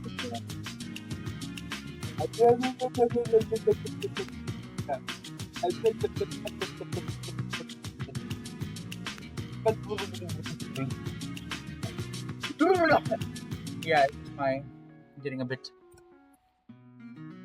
piercing pagoda.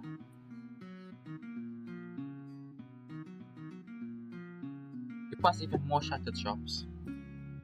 Most of the pagodas are still open, but they're mainly managed by rich foreign goods or transfixed on this. I don't believe it either. In a place like this, 15 hours must drag on. I was fortunate to have a part-time job as a patron in high school, and it kept me pretty busy. Plus, I gotta tell people that I work for the newspaper. Oh no, the music store is gone! Probably the least pleasant photo again. I really like the physical store. Mom and Dad sent me this vinyl record player for my birthday. On the doorman tonight, we just wanted to listen to it all the time. DJ, you're a hipster now. I see DJ blink, turning to look at Leo a little wide-eyed. What? No! I don't know, Pito. I need to write this down. I want to write this down. Okay. I'm learning Spanish from a homosexual wolf. I am learning Spanish from a wolf that happens to be on the Ganbu side. That is really honest, really funny thinking about it. I'm slowly learning Spanish from a wolf who is a Ganbu. Very, very Ganbu. Or very nosy. Sorry, I have to say that. That's the truth, isn't it?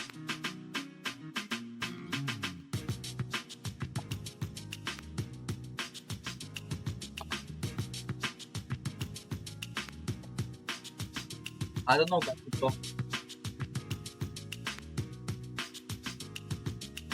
Cherry Bloom is the underground. I wanted to stop serving alternative music back to the 2000s. Alternative is just another way of indie. I bet TJ is a festival. What? I don't even know what that is, but it sounds like something TJ stuff. Jenna covers some other group, but effectively. Usually she's the one to put a stop to any TJ. But I suppose it's lighthearted enough. It's okay, TJ. I enjoy having this thing as well.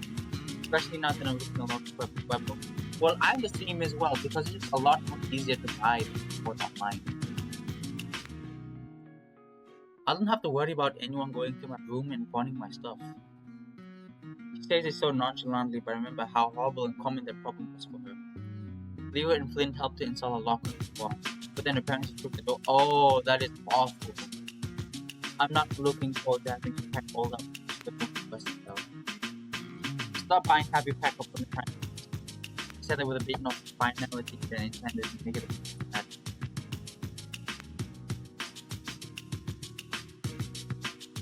Just like Jenna and we hung out while we held the chance, but now we might never again. That would be nice to be fair, thank you. Forced a smile and nod. She looks around my direction. As TJ and Leo have a back and forth about how many times he needs to one final, Jenna hangs at the big work at me. She reaches over, gingerly grasping upon my wrist. I feel a firm rubber forearm and it's like electricity. The first standing up inside my blood. First thing she's just trying to get my attention, which is certainly not that. Such more sheer. I watch Leo gesticulate wildly with the back in front of me. I can feel my heart thudding. Expect Jenna to say something. God, I'm the guy here. I'm the one supposed to be taking charge of this sort of thing, right? But here I am, pink-eared, a blushing bride, having my wrist held by a girl. My nostrils flare and I stumble away. Gender gives me an indistinct look. Well, in this day and age, being independent doesn't make you a man. Like, being independent is doesn't necessarily have to correlate with being a man. The main thing is that you yourself, that you and everyone in your group is strong in each group. I reach over and fully pick up her mind, squeezing some dry expression for his face until it burned. So short, but she doesn't actually stereotype about make Phoenix and stop it. She wriggles free from my grasp, surprising Japanese foot. Sure enough, the birch fire compass is completely gone into the dark empty. She sighs, expressing her arms over her chest, but Pepper's eyes shift sideways. Shit, that's up. Sorry, she straightens suddenly and walks ahead. I'm gonna go with TJ and find a bathroom to wash his body. Why don't you just pause? I see her walk up beside the door in front of us. She nudges TJ, saying something to him and Leo before they move off in the direction of food court. I can't believe TJ is about 20 years old at this point and still doing it.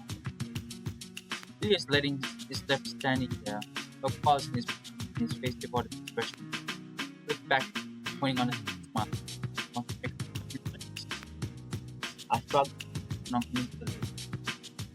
You guys said it yourself, there's no rush. With a realization and a my you get that. He just maintains his smile and takes me along the process. So, despite being open, the flex certainly doesn't look good. The carpet is musty, everything smells like mildew, the game machines are decades old, and the roller window is scratched all the hell. Leo stops next to a cloud of fire machine and pushes out in his pocket. But you guys use squat instead of focus, right? What is what is it? Takes me a moment to register what's asking and I can't help but feel I know for a fact that this takes a lot of time, but mainly on it's like sports music that it's like an ongoing online page where you update your stuff that sort of corresponds to a mood or feeling. He slides with 2 quarters into the machine, then grabs the control stick. A few lights in the machine begin to glow and grabs the pattern above the glass window, above half of the burnt out. Oh, I have one of those. You do? Yeah, but it's mainly it's mainly porn too. Why would you have a blog about that? He makes a loo jerking motion with the control stick and I oh well, better than throwing it all in his sample music for that. I actually got caught with that, you know? Damn it, I told you. Yeah, offer, I know. Little left you, Eduardo wants to play games on my computer. And he started oh my god. Leo! Why? Why would you put porn on a folder? Just use a site. Oh my god, Leo, he's like 10. He bears his brow, moving the crane some episode 13. Dad is your really religious brother too, right? Yeah. Jesus. Hey, I know it's better not getting caught in the paw, but getting cocked in paw by padres while watching. What is this conversation? This is not real. Wait, is this what we watched? I quit covering my face. Blah. Hey, look. I put my paws away from my face with your point. Something the machine. I squint in the midst of a puzzle cubes and sprint away. The box looked up with girders. Leo shifts his gaze towards me and grins. I see him navigating away the cake, perpendicular with the box points. Perpendicular with the box point of rest. He hits low. The metal claw descends into the bit of chipped wood, punching down the cupboard with the box. Tugs at it slightly but lifts and grabs and returns to the point rest. I reach into my back pocket for water, but Leo is already fully cooked and just as the machine and still had in my direction. I find myself rolling my eyes to the position. I start this time I'm gonna try and grab it for one of the corners. It might not be enough to pick it up completely, but it'll be put up for the rest of the toy pile for future tries. Speaking of, I tried to line up the crane just right, eyeing through the depth glass for a to pick a huge edifice. Now that I don't have to so anchor down or have a bucket for the skaters, I pause my ball over the low button. Do you let any other guys any big studies have like the ones in you?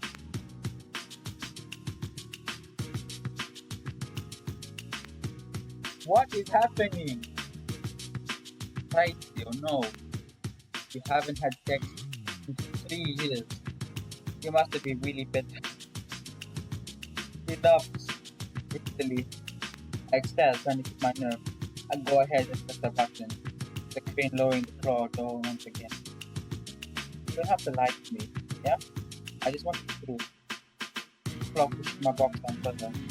Make that this muzzle to how it starts grasping. However, it doesn't grasp. The crane just keeps lowering the claw. Can't even see the big fin anymore. I feel like girls now, you can tell me. I feel him now, his eyes against my behind, the familiar firmness of the small on my back.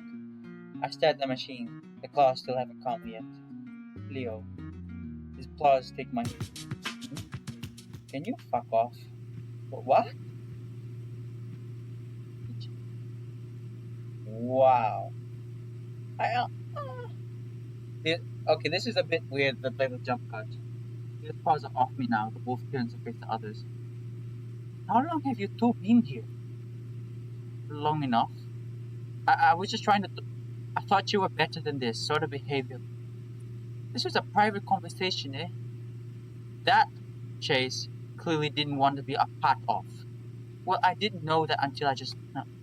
Looks back at me. His eyes are wide and his shoulders are raised up high, both visibly tense.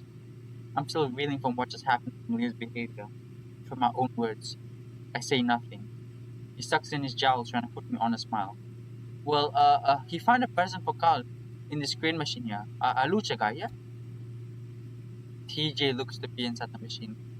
I don't see it. The claws and crane are back in the starting position.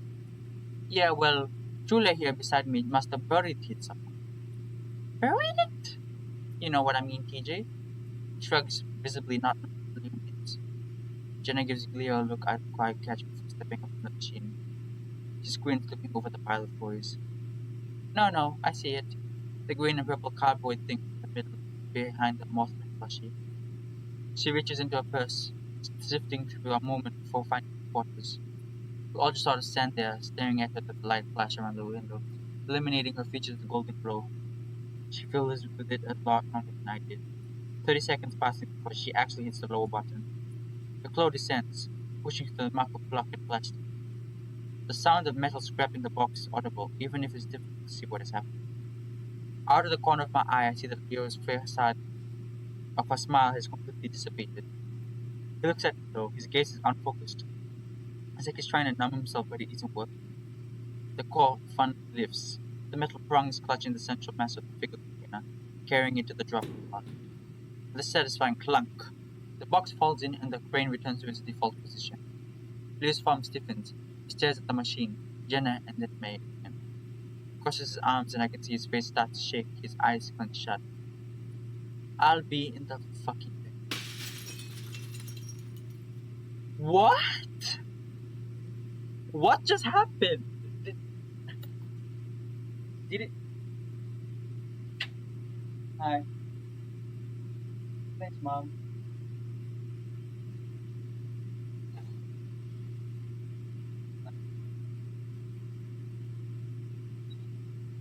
I got breakfast. I'm gonna have to cut that out. As he leaves, Leo's okay. He just stands there with his paws behind his head, more agape. And so the real Leo reveals himself. Oh my goodness! TJ walks over to the feeding machine, bending down to gather up what splitting glass there is in front of his shirt. I watch Leo trudge off against the corner, though I can still hear his heavy folds a while after. I walk up just to make sure it's really gone. Jenna, Jenna meanwhile steps up, handing me the box.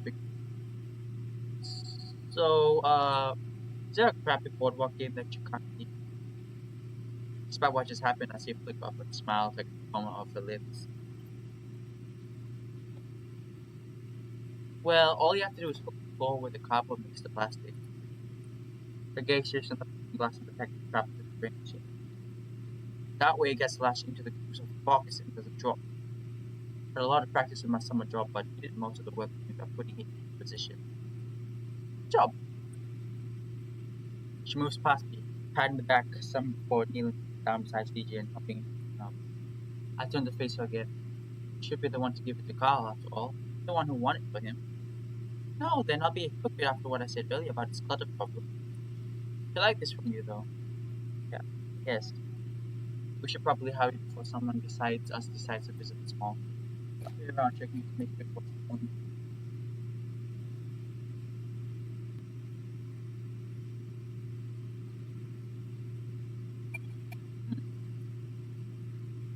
See a card is shipping on the surface desk.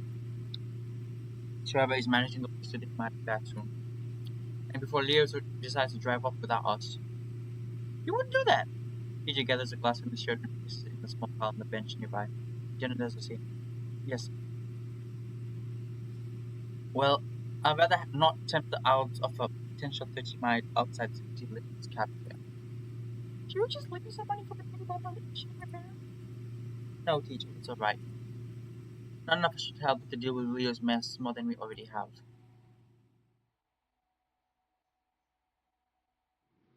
I rest my head against the passenger window as I glance at the cheap fast food place. Red velvet cake in my lap. Oh, we have a cake! It's one of the most awkward car rides I've ever been in. Everyone is completely silent.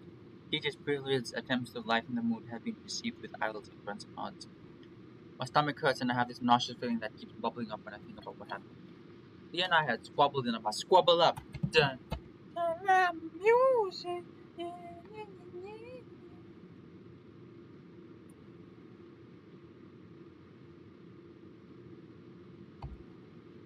Most of the time, we fought about video game shit, politics, and sports. The worst it ever got to was a copy. Oh, okay, yeah. I danced around answering for it as long as I could, and the truth came out in the worst way possible. But now it's different.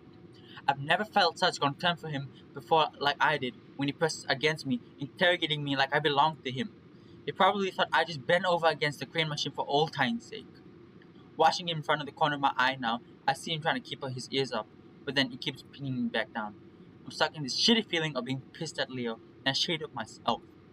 He shouldn't have acted that way, but I know I just hurt him in a manner that I hadn't done in a long time. Being stuck in a car with someone who is thinking about you and you're thinking about them and you're both hurting is hell. I really wish I bought my headphones. I stare out the window as we roll down the first dead road in the echo. Oh, wait, we're going to Carl's route.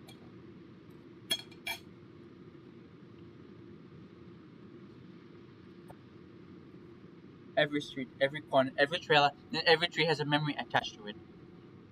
There, in the middle of the dusty parking lot that belonged to the corner market, is a tiny stand.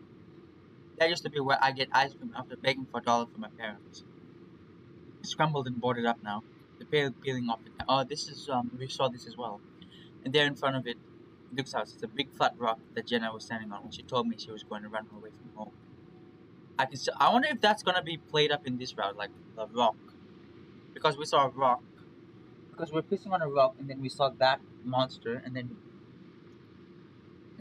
what if it's like a similar rock? And then the old train yard where I kissed Leo for the first time after staying up all night at our first real party.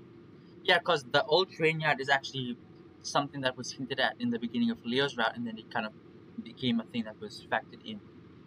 I look over at Leo. He's got one hand on the wheel, glancing up at the rearview mirror occasionally. He hasn't so much looked at me since the family plex, though. I see him staring at Jenna now. She catches his gaze somehow, returning it with an even more curt look. Carl probably still isn't awake yet. Do you have a plan if he doesn't answer the door? We'll call him. We'll call him then. And what if he doesn't answer his phone?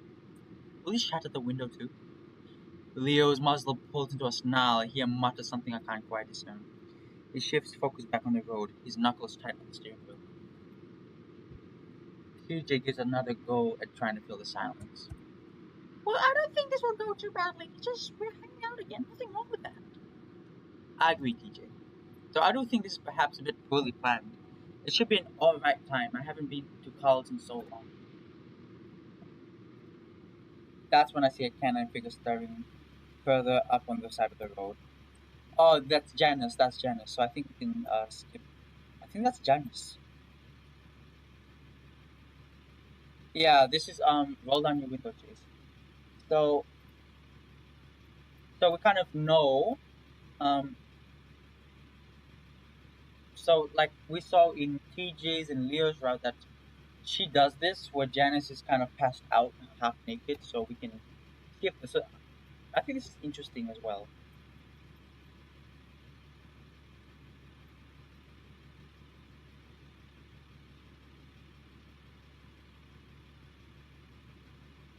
Yeah, because it's interesting to see how different story beats are sorry how the same story beats are implemented into different routes, because the main thing that starts this off is the argument in the river, and one thing we see that's common between a lot of it at the moment is that we see we see we see like preparing for Carl's birthday party, and also Janice getting all aloof, so we can.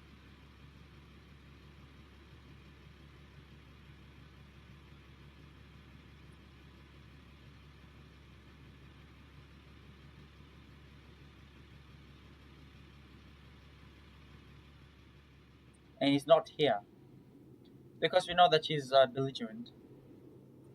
Leo stabs the doorbell again. Frustration etched across his face. I shift the red velvet cake in my grasp, trying to hold both in it and the lucha figure. Not really wanting to do more shopping after the incident, Jenna, TJ, and Leo have bought Peyton fast food as gifts. Carl doesn't get out to Peyton much, and the three took it upon themselves to buy from three different locations. Leo gets a couple of large and juicy vegan burgers. Chichi got those tofu tacos that are made from nacho cheese chips, and Jenna got him a. Yeah, he's a vegan. I squid trying to look down into the frosted glass at the side of the door. Maybe he's getting high?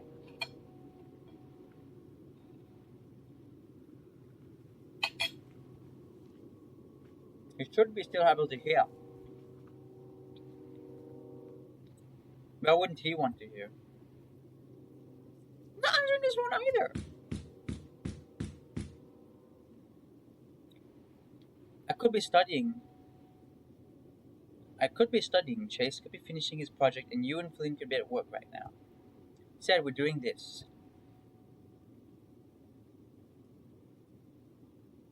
You know, I may be remiss to mention this, but you're all our 6th straight extra bitch today.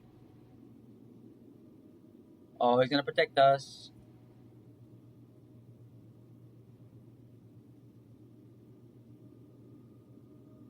Do they lock the windows? What? It's not like we're breaking in.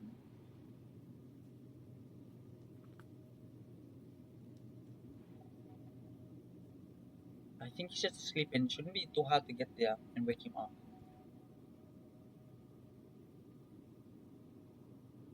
Yeah, so I'm gonna skip. I think as I complete more people's routes, I think I'll be skipping some stuff because we kind of know that that's kind of what's happening.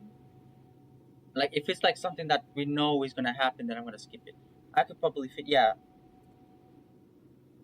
yeah, because I noticed that like he doesn't go in because of his morals, so she goes in. It's a security sticker here. Let's try the one above it. That's too high.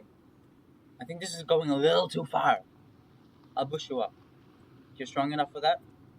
Well, you look like you've lost weight recently.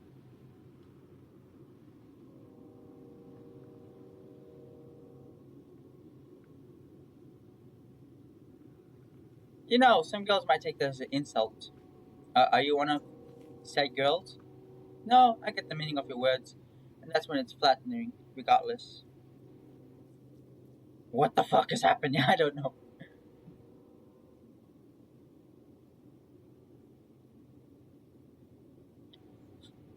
Fucking hell, this is so fucking stupid.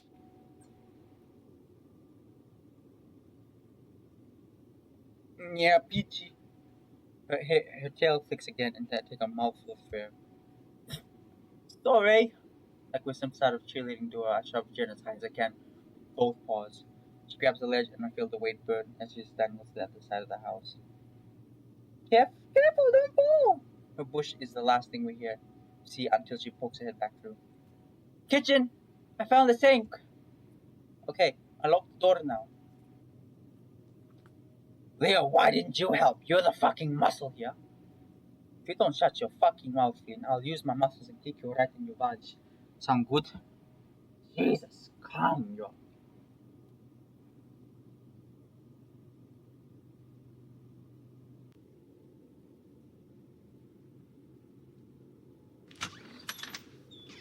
Called his name, but he didn't answer.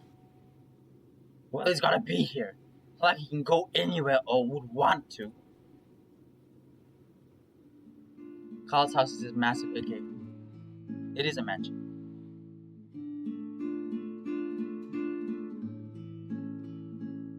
It sounds really nice.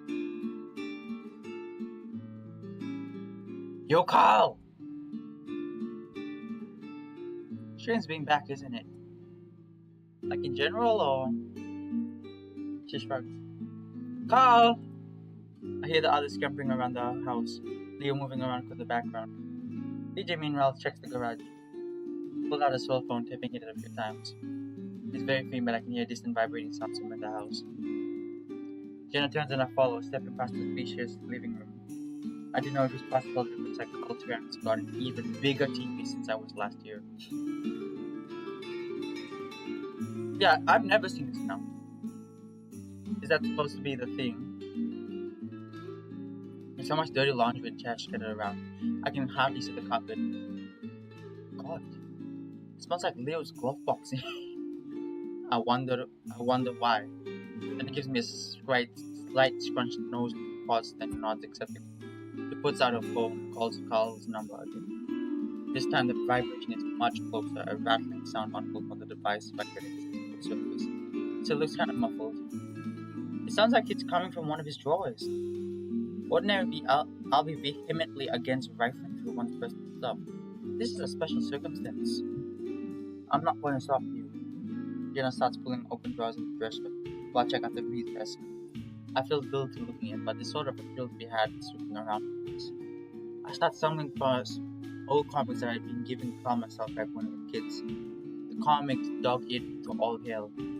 The next drawer to be chock full of portable gaming systems, including all of his cartridges scattered around. I remember every day in the bus I sit next to Carl just to play because his parents bought him all the expensive devices.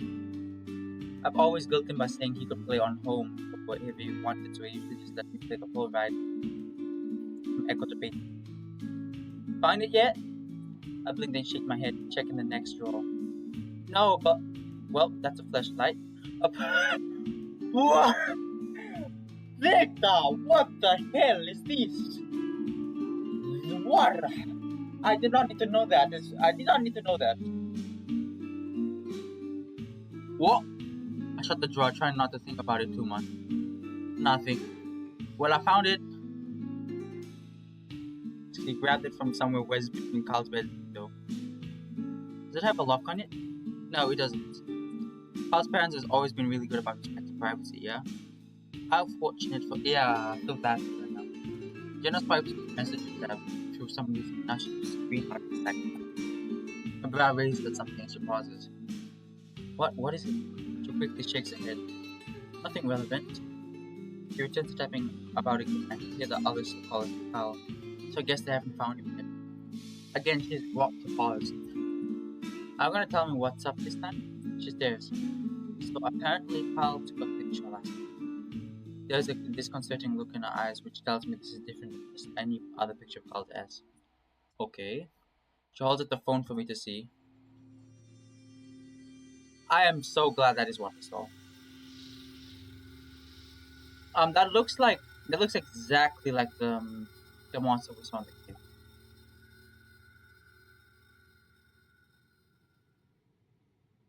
I stare at the sunlight reflecting from the ceiling above me. Its pale golden hue is gradually shifted to a more amber tone as dusk nears.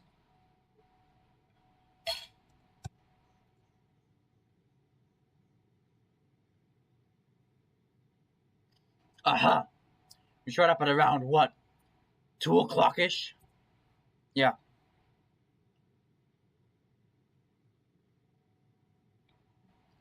Usually I'll be at work, but I took time off for Leah's party plan. Okay, so for Flynn, the grovelly voice might be a bit hard to do. So, Tyler the Creator, I'm kind of doing his impression. Well, Filthy Frank and Tyler the Creator. Glancing at the edge of the couch, his gaze is fixed upon the ground in front of me, the phone cupped against the side of his head. What? He's in the kitchen now. Using your coffee machine. All gang is here. To repeat, the alarm wasn't alarmed. Carl usually doesn't say it. We got into the top window above the kitchen sink.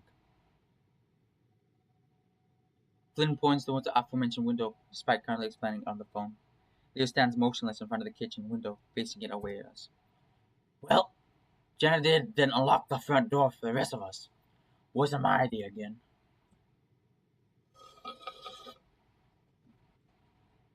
Place is kind of messy, but we didn't see any signs of anything broken into. Show you above the bedroom dresser. Give me a sec, I'll check. Speaking of, here she is. Flynn hands the phones off to Jenna before heading upstairs again.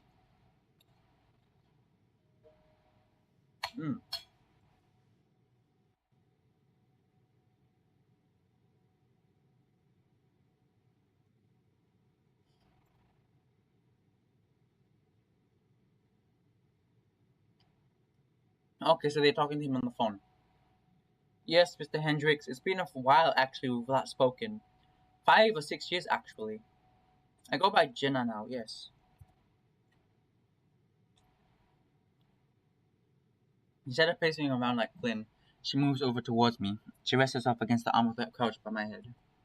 Her expression shifts some, but I can't see much due to the sun glaring through the windows. The angle she's above me. My brother? Actually, yes, when I went through his phone, it showed that he texted earlier that. Yes, it does appear Carl was buying weed from him. She's quiet now, listening. I can hear Carl's father on the other end now, meaning that his voice is a bit raised. I turn on my side, propping my head up with an elbow on the armrest in an attempt to read her expression. Jen doesn't appear phased. She looks at me either. Mr. Hendricks. The voice on the other end continues. The high-pitched rasp of Carl's father's voice is still audible a minute later. There are pauses in what he's saying, but Jenna doesn't interject. Finally, there's a pause of around 5 seconds before I can hear quieter. Are you still there coming through? Yes, Mr. Hendricks. At this time, I'm going to file a missing persons report with the country sheriff office, citing the inmates I sent from Carl's. Oh, so he's not angry at us. He's just concerned for Carl's safety. Something about it seems so familiar, like exactly why it escaped me like fleeting deja vu. It makes me feel uneasy, even without the context of a current situation, which makes it worse. It hasn't been the minimum 24 hours, but as you said, the fact that his phone, wallet, and all your other vehicles are accounted for is worrisome.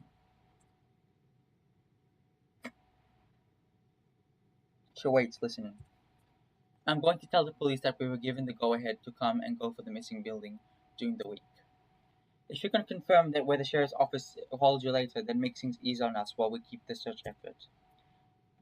Do you and Mr. Hendricks have any recommendations on that front regarding where we could have gone off to? She reaches over and I feel her paw behind my tufted chin. Her fingers scritch up on my jawline and my eyes become dull. I don't know why I'm still so tired. Mm-hmm. I look up at her. I look up at her. So her gaze still doesn't meet mine. She continues to pet me, eventually leading up to ruffle my head scruff. It rouses me from my lulled state, and I blink up at her. She covers the phone with a free paw, muttering to me. Hey, wake up! Can you go see if TJ made any progress upstairs? Oh, yeah, sure thing. Hearing the telltale thuds of Phelan's heavy-footed gait above the carrier cottage stairway, I glare up. He returns, shaking his head. Shit, still here! Jenna nods, seeming to ignore the now strange look Gila is giving us. I sit upright. I think Mr. Hendricks is giving us some advice on where to look. Jenna again nods in confirmation, though Flynn still pierces us with a furrowed brow. Were this any other time, I'd have some shit to say right now. Sighs, nostril flaring. I leer towards, taking hold of Carl's phone and peering at the image again up close. I'm gonna check some of his messages myself and see if I can find anything. Okay, is this some sort of prank, Carl? I swear to God. Leo, where are you? Oh, his account looks different. Who's Jeremy? I will have more at the end of April, so I have money. Okay, so Jeremy is the one that's supplying Carl the drugs. So I think this is interesting to look at him. And Flynn is like, they don't understand what this means. Retro game show. Okay, so he likes that. He likes Super Wolf. Some gay author, I don't know. Did you change my name in your phone? Cell phone is plucked from my grasp. Flynn standing above me. Jen, I already looked through that. I was just wasting time being a snoopy shit. Flynn's emerald gaze briefly flicks to Jenna, then back down to me. Surprisingly, Jenna nods in agreement, then motions to the stairs. We got this, Chase. Like I said, go see how Tage's progress is going. She looks to Flynn with some sort of stern, knowing expression before responding to Samantha's phone. Well, the convenience store is a few miles from here. Doesn't he usually walk that far? My cheeks burn at the scolding and I rise to stand up. Turning to leave, I can still see Leo standing unmoving in the kitchen. It's like a photograph, a still image silhouetted in contrast to the fading sun towards his window. It's weird. Usually Leo is the one who jumps into action with this sort of situation. Or at least he did when we were kids. De facto group leader and whatnot. Now though, since we found Carl was missing a couple of hours ago, he'd been pretty resigned. Hell, Flynn and Jenna had been the ones coordinating everything so far. He glanced over his shoulder, the first bit of moment I've seen him do in about 50 minutes. I can see his eyes from here. He's staring right at me. I find myself waking over despite myself. Flynn and Jezza busy talking with Mr. Hendricks over a speakerphone. I enter the kitchen and approach him. Hey, yo. A silence lingers between us. So, Carl. Yeah. You know where he might be? Of course, I'm just not telling anybody because I like all this quality time we're having here. Eh? Yo, this is serious. Jenna's about to call the sheriff. Yeah. Good, two birds with one stone. Leo! He holds up his phone, a notification on the screen. I can't be quiet. Got a call from Mariana back at my parents' house. The police were checking to see if I was there. What? My brother raises as I try to study Leo's expression, but his tone is hell as hell right now. His jaw set in nearly constant grit. Family Plex got my plates from the security camera thing in the parking lot, I'm guessing. I sigh, rubbing my forehead. I'm about to open my eyes and say something. My mouth and say something, though I catch a sort of strange, empty look in Leo's eyes that bring me to pause. I sat against him against us. I disguised against my scolding, and instead moved beside him, taking one of Carl's mugs and pouring myself a cup of coffee from the coffee maker. It's one of those fancy ones that have an espresso maker built in and a basket next to the machine with at least 30 different favorite cups. The flavors are mostly dessert-based, with labels like salted caramel, frosted oatmeal cookie, cinnamon churro, and truffle sundae. They sound pretty damn delicious as far as I know. Carl only drinks energy drinks and usually obscene quantities of them. After taking a sip, the bitter scald hit my tongue and I find myself reflexively reeling before getting a chance to swallow. Despite having all of these choices available, it looks like Leo went for a straight black. Leo shifts gazes to me and I see him perk a white brow. Damn, fine cup of coffee, eh, chula? I managed to swallow without sputtering too much, putting on a slight active flair to my tone. Black as moonless eve at midnight, just how I like it. He smiles though, it's a visibly pained expression where obscures behind his own cup as he drinks. I bet at university all you drink are those rainbow frappuccinos or so on. Then I remember when those came out. My dorm is by the library and the coffee shop in there was selling them. The line was insane and they were sold out super quick. My friend Vincent, he's a barista there. He tells me it's just mango juice, sprinkles, whipped cream, frappe syrup, and it actually seems pretty nice. It's like a mango lassi, isn't it? Oh, that's the same Vincent from all the photos you've been uploading, basically, yeah? The other Will guy? I can see where this is going from a mile away. I take another drink at my coffee despite the bitterness. I mean the pictures, they just pop out of my timeline, yeah? I just keep seeing them pop up. Yeah, same guy. Here. There's a pause and I change the topic. Are you gonna turn yourself into the sheriff? Not yet. He responds quickly. Gotta go find Carl, and I think a wolf who knows the horn fucker his whole life can sniff him out better than some overpaid mole cop, eh? Be more trouble for you if Sheriff Molko, assuming that who's still in charge, finds you first. Leo sank to the frustrated, gravelly rasp, his gaze flicking down the kitchen floor. You sound like Jenna. It's probably because what I'm saying makes sense. The wolf looks up, his bug-eyed gaze focused upon me as if I was searching for something. This damn get-together has gotten more badly than I could have ever predicted, you know. I nod, not disagreeing with that sentiment in the slightest. First Flynn at the river, then that shit at the family plex, and now Carl's sound nowhere to be found. This may be all the worst shit, yeah?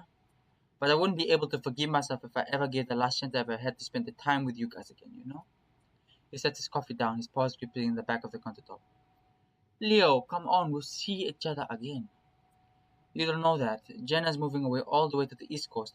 TJ out on the country, probably. And you, after what happened at the family plex, you probably don't want to see me ever again, eh? There's a serious intensity in the cadence of his voice as if something is practically choking him as he speaks those last few words. The air feels weird. I feel for a moment what to say, still processing Leo's response. Looking around, I spot an old black beanie hanging on the coat rack by the counter, and I remember something. Carl once told me something back when I said you were becoming too cool for us in high school, with football and stuff. You know, back when you stopped riding the bus and just spent all your time after school at practice with just our jock kids? So that after all the shit we've been through, none of the present pretty drama stuff matters, yeah? I mean, it kinda skeeved, but it doesn't mean I hate you forever. Just hate me temporarily then? I sigh. You still haven't said sorry or anything, man. Why would I say sorry when it's fucking Jenna who shows up and ruined everything, yeah? Are you serious? I told you to fuck off too. Why? Why? Jesus Christ, man, you were grinding on me 15 feet away from the fucking kitty corner. You used to do that sort of horny stuff to me all the time. Now you're different. He gesticulates with a swirling motion towards me, using both of his paws. Well, guess I am. That's sort of the point about why it's fucked up. Leo blinks, his shoulders raised high. He begins to speak faster with a more of an old accent seeping through. You didn't even tell me you was uncomfy or nothing. You told me straight up to fuck off. It felt inappropriate at the time, man. This is why I didn't want you to leave Echo, Otter. It isn't like things were great here between you and I before I left either. Because Jenna got you to. What are you talking about? We had it all planned out. A house, a car, a job, waiting for us at my jazz shop. The life we talked about since we were little. Then Jenna started talking you over about Pueblo and how you should go. To hell with all this hick dress. We're better than them, yeah? Leo. And then she came up with that fucking prank. I see his fist shake and instantly know what he's talking about. You broke my phone. You broke my heart, Puchita. For fuck's sake, shut up! Finn steps into the kitchen and realizes I can hear the faint sound of Jenna on the phone with Mr. Hendricks in the other room. While you two fuckers are having a domestic, Carl's getting green by the Mothman. Or whatever the fuck that red eye shit is on his phone. Leo steps moving his jolts Carl back to us now. Get out of here, Flynn! Surprisingly, Flynn holds his ground. The lizard squeezes his fists against his chest and stomach as Leo approaches, reflexively defending himself in case swung open. We don't have time for this shit. Leo stares hard at him, his shoulders raised and his fur bristling. Flynn finches for some. Reminds me of how Leo acted towards him, the river, and started to wonder if this is how Leo treats Flynn when he's not there. Leo, what the hell are you doing? Calm down, alright? I'm still fuming from what Leo had said, but even I know that Big Rick is petty in contrast with the problem at hand. I saw the 10 seconds of silence pass, neither of the two tall figures budging an inch. Finally, Leo steps forward, shoulder checking Flynn, hard enough that he stumbles back against the wall. Got to find Carl myself. Flynn sputters angrily, Leo muttering some kind of swears as he hands towards the door. At least tell me where you're going to look so we know where not to go. Leo pauses, his hands on the door handle. Danica Street to Elizabeth Road, south to north. Great, good luck. The door slams behind me and the heavy stumps of his feet on gravel upside is gone. I look down and I realize I'm shaking. Even if it had been years, an argument like that with someone who's basically defined my childhood and teenagers has a way of hurting deep. That stupid fucking prank. I try to refocus, making my ways over to the knocked off Flynn on over. You okay, man? He glares up at me for a second and tucks my way. Just go help TJ already. Gonna check the basement again.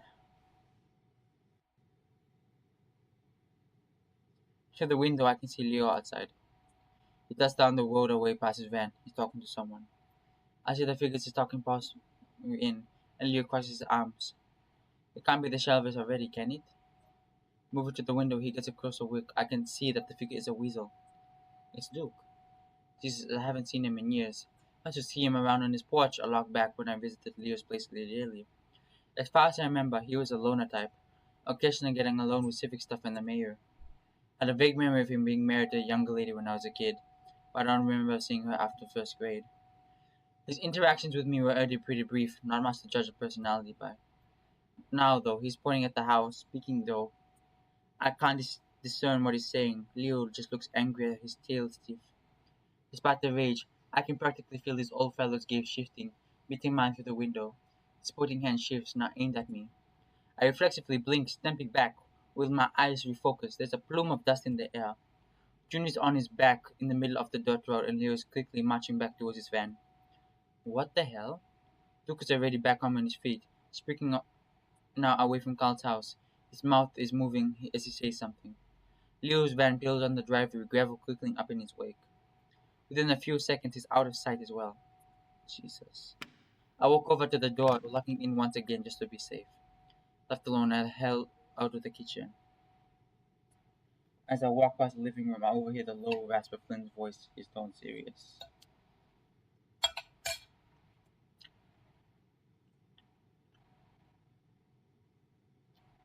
And then the fucker shoved me. Said he was pulling this shit at the mall too. I'll talk to Chief if you wanted more details.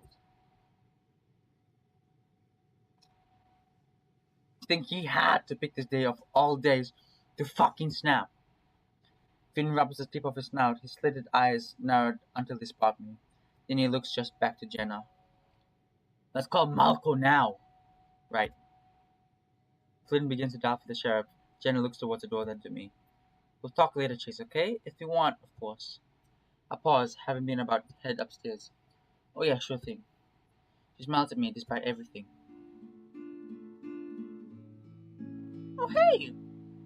TJ rises up from Carl's computer chair, coolly forcing a smile as he sees me. He's clutching his cell phone to the chest. TJ? Yeah? Are you okay? No.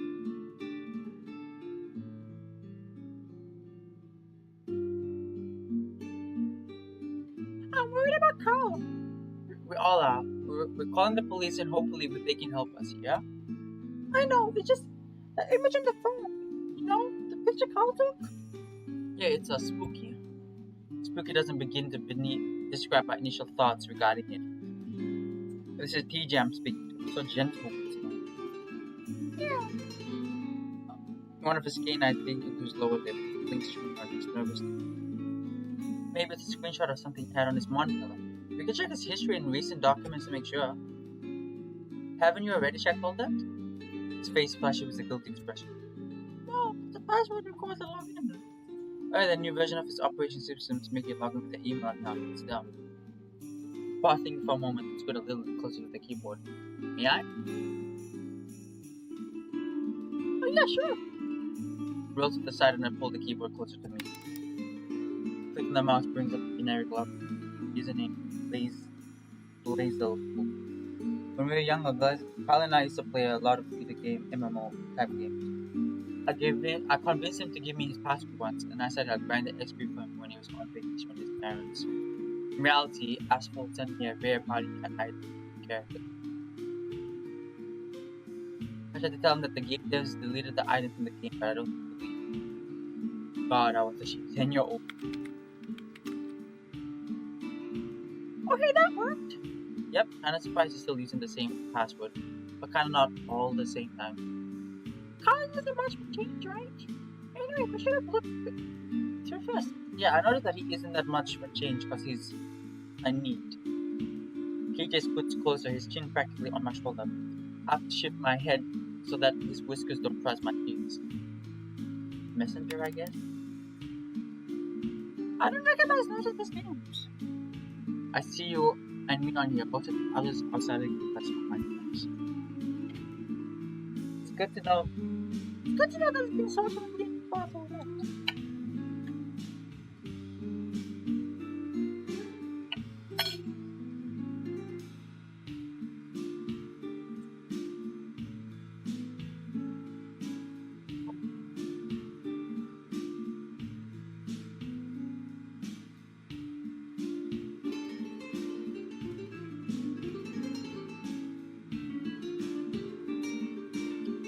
I played Walk Desperate multiplayer with Carl and that looked ledger guy before. He was on the other side of the planet. What if he still wants to happen? I hope not. There's a brief silence.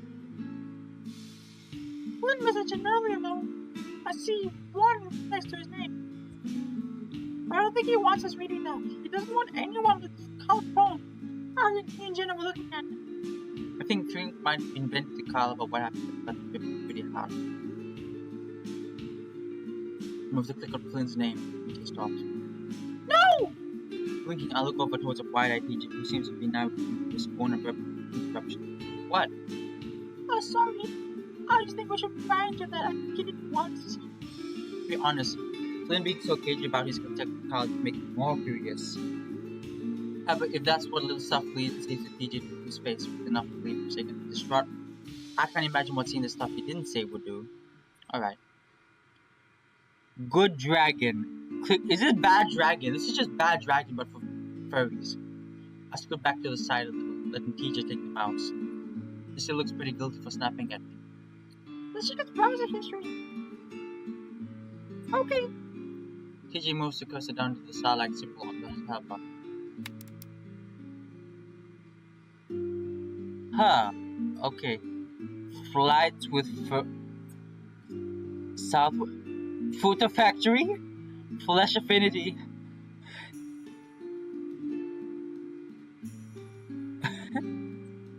No way, bro was looking at those sites. Ain't no fucking way. Weed, funny, porn, video games, movies, video jobs and stuff, and let's plays. I got pretty pound. Why would you put don't they have it incognito? Nothing's too unusual, but TJ moves the food effective link. I gently yet assertively place my paw on TJ's arm and move the cursor elsewhere. Don't click on that, please. It's a store for special couches. Isn't it called a futon? No. Look, browsing history stops right there. The picture of Carl's phone was taken around that time. Yeah. That's really weird. It is. Let's keep looking. Try erasing files. TJ nods, closing the browser, and hesitated for a moment before clicking the most recent file. Tell Carl. Doc.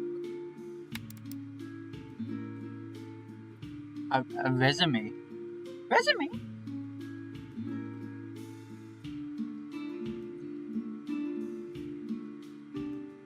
Looks like it. I remember the easy part. I'm still a little upset that it's shut down. I mean, it's no surprise. Why, TJ? It's just so nice having local fallback on our kids. The convenience for just isn't the same. The dietary choices available to people here are not really limited. It's all try the way back to the pig. A food dessert, I think it's called. Plus, it was nice to see Carl there working. He seemed to enjoy the plates. Because he got the slack of the whole time. There was barely any customers. But I get what you're saying. His anxiety about being around wasn't nearly as bad. I bet Jenna could help him. You know, he's not actually trained to be a psychologist, right? His studies are more neural medtech. Oh, I know. He's a really good listener. Yeah, exactly. It's her big ears. Chase! I snicker. TJ's shaking his head at closing the resume. He moves to open the next document on the list titled F space 129768 JPEG. What the? Aww. That's my old profile picture I drew for computer class back in 4th grade. Oh, really? It does look really kind of. Yeah, I used it back when we all made social media accounts. Mommy, you delete it. It's probably for the best. There's a lot of drama about how that side page pick up your top 8 friends and your rank and like that. A lot of feelings were hurt and such. That sounds awful, and I feel I remember some of it. Shouldn't it get ever at me? TJ's gaze shook me from it. I'm wondering why he has this saved and why he was looking at it yesterday. Maybe something tacky that I made him feel sentimental?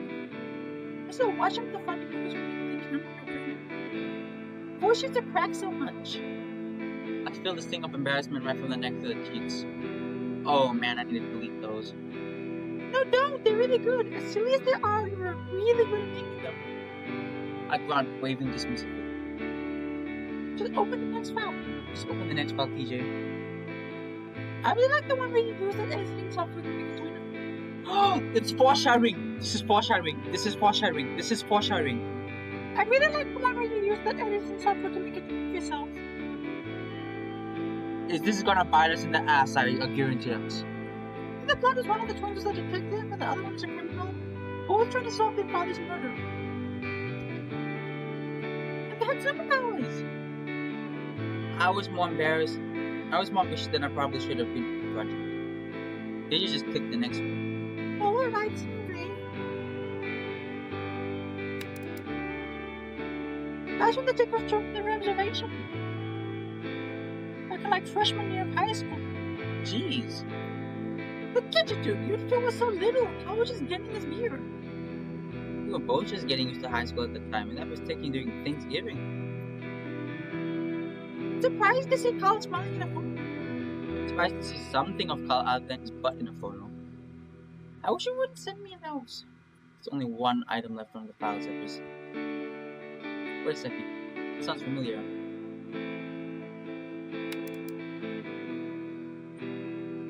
Oh wow. I emailed to Carl months ago. Photos like this make me wish I went with you guys to Pueblo! Yeah, I wish you went too, TJ. I was actually trying to convince Carl to come back and try again. The different. Oh, so all three of them are in the same university. Except he dropped out. His parents really wanted to stay away from arts degrees, which is. I'm really sad. I feel bad for Carl now. If it is something you want to do, you should do it.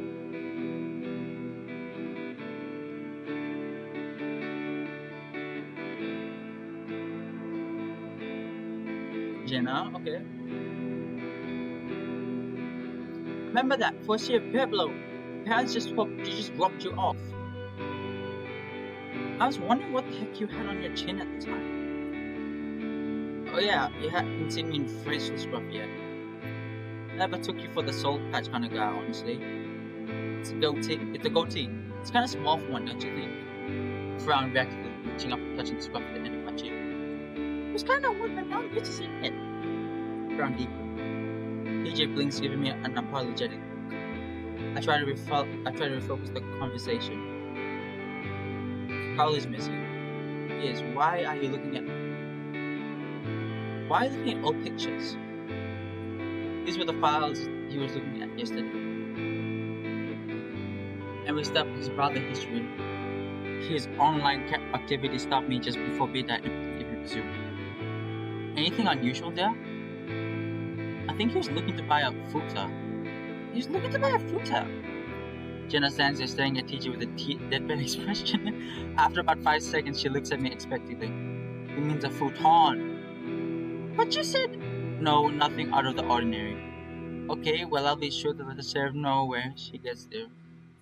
Flynn steps in the room beside Jenna. Usually the killer had a bit of a case for retching a bitch face. But right now, he looks downright sour. Alright, let's figure out who's gonna look where. Wolfbar has made the decision to go check the roads Elizabeth made with Danica.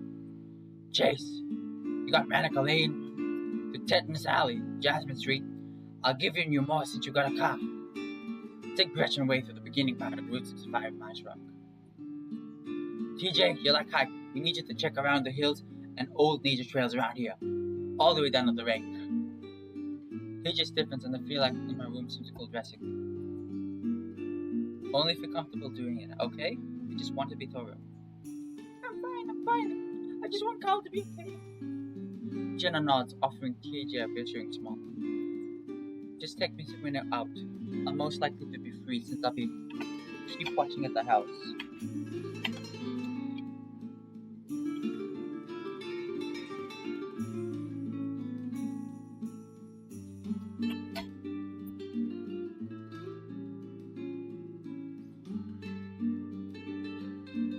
He just smiles back sheepishly.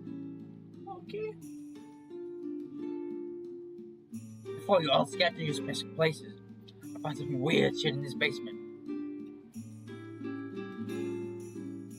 Finn holds up his fingers, there being some white chalky substance upon them. Yeah, when we found Carl in his basement, there's also some white chalky substance. It might have been chalk.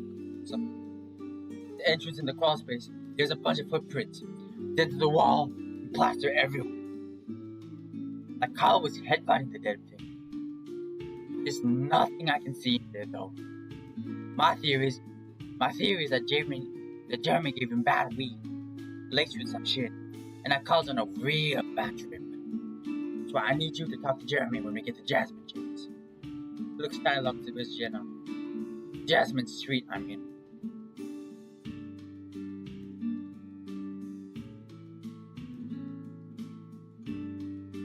You can text me too, Chase. Okay. Pausing, I remember something. I saw Leo getting into an argument with Luke outside the house earlier. Luke kept pointing at me and he was saying something to me. Whatever Duke said, it was enough for Leo to push him to the ground and drive off. Knowing Leo's minimum threshold for buying turns, probably saying hello. Flynn seemed to soften a bit in that comment, looking sidelong to hide a smile before Jenna's most hardly expressing. But seriously, that is concerning. I also realized the information to sell a pair of bulk before she gets here. I'll text Leo and try to figure out what he wanted. Good plan. Flynn immediately heads up without another word. TJ hesitates a little, fidgeting with something along the cocktail, but gets up and leaves as well. About to follow suit, but Jenna stops up, paw on my shoulder. Hey, if Jeremy asks about me, you don't have to lie out and say I'm here, okay? Okay. Oh yeah, I understand. She lowers a pause, crossing her arms over her chest. We'll talk later, yeah? I feel like I'm lingering to the point of awkwardness now. Good luck. You too. With the clearing of my throat, I shuffled my way up. Thanks, guys. I think I'm gonna end it from here. And next time we're gonna see what's up with Jenna. I'm gonna save this.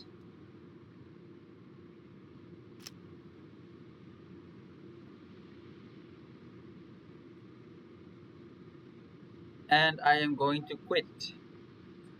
Now let me just check something. Yes.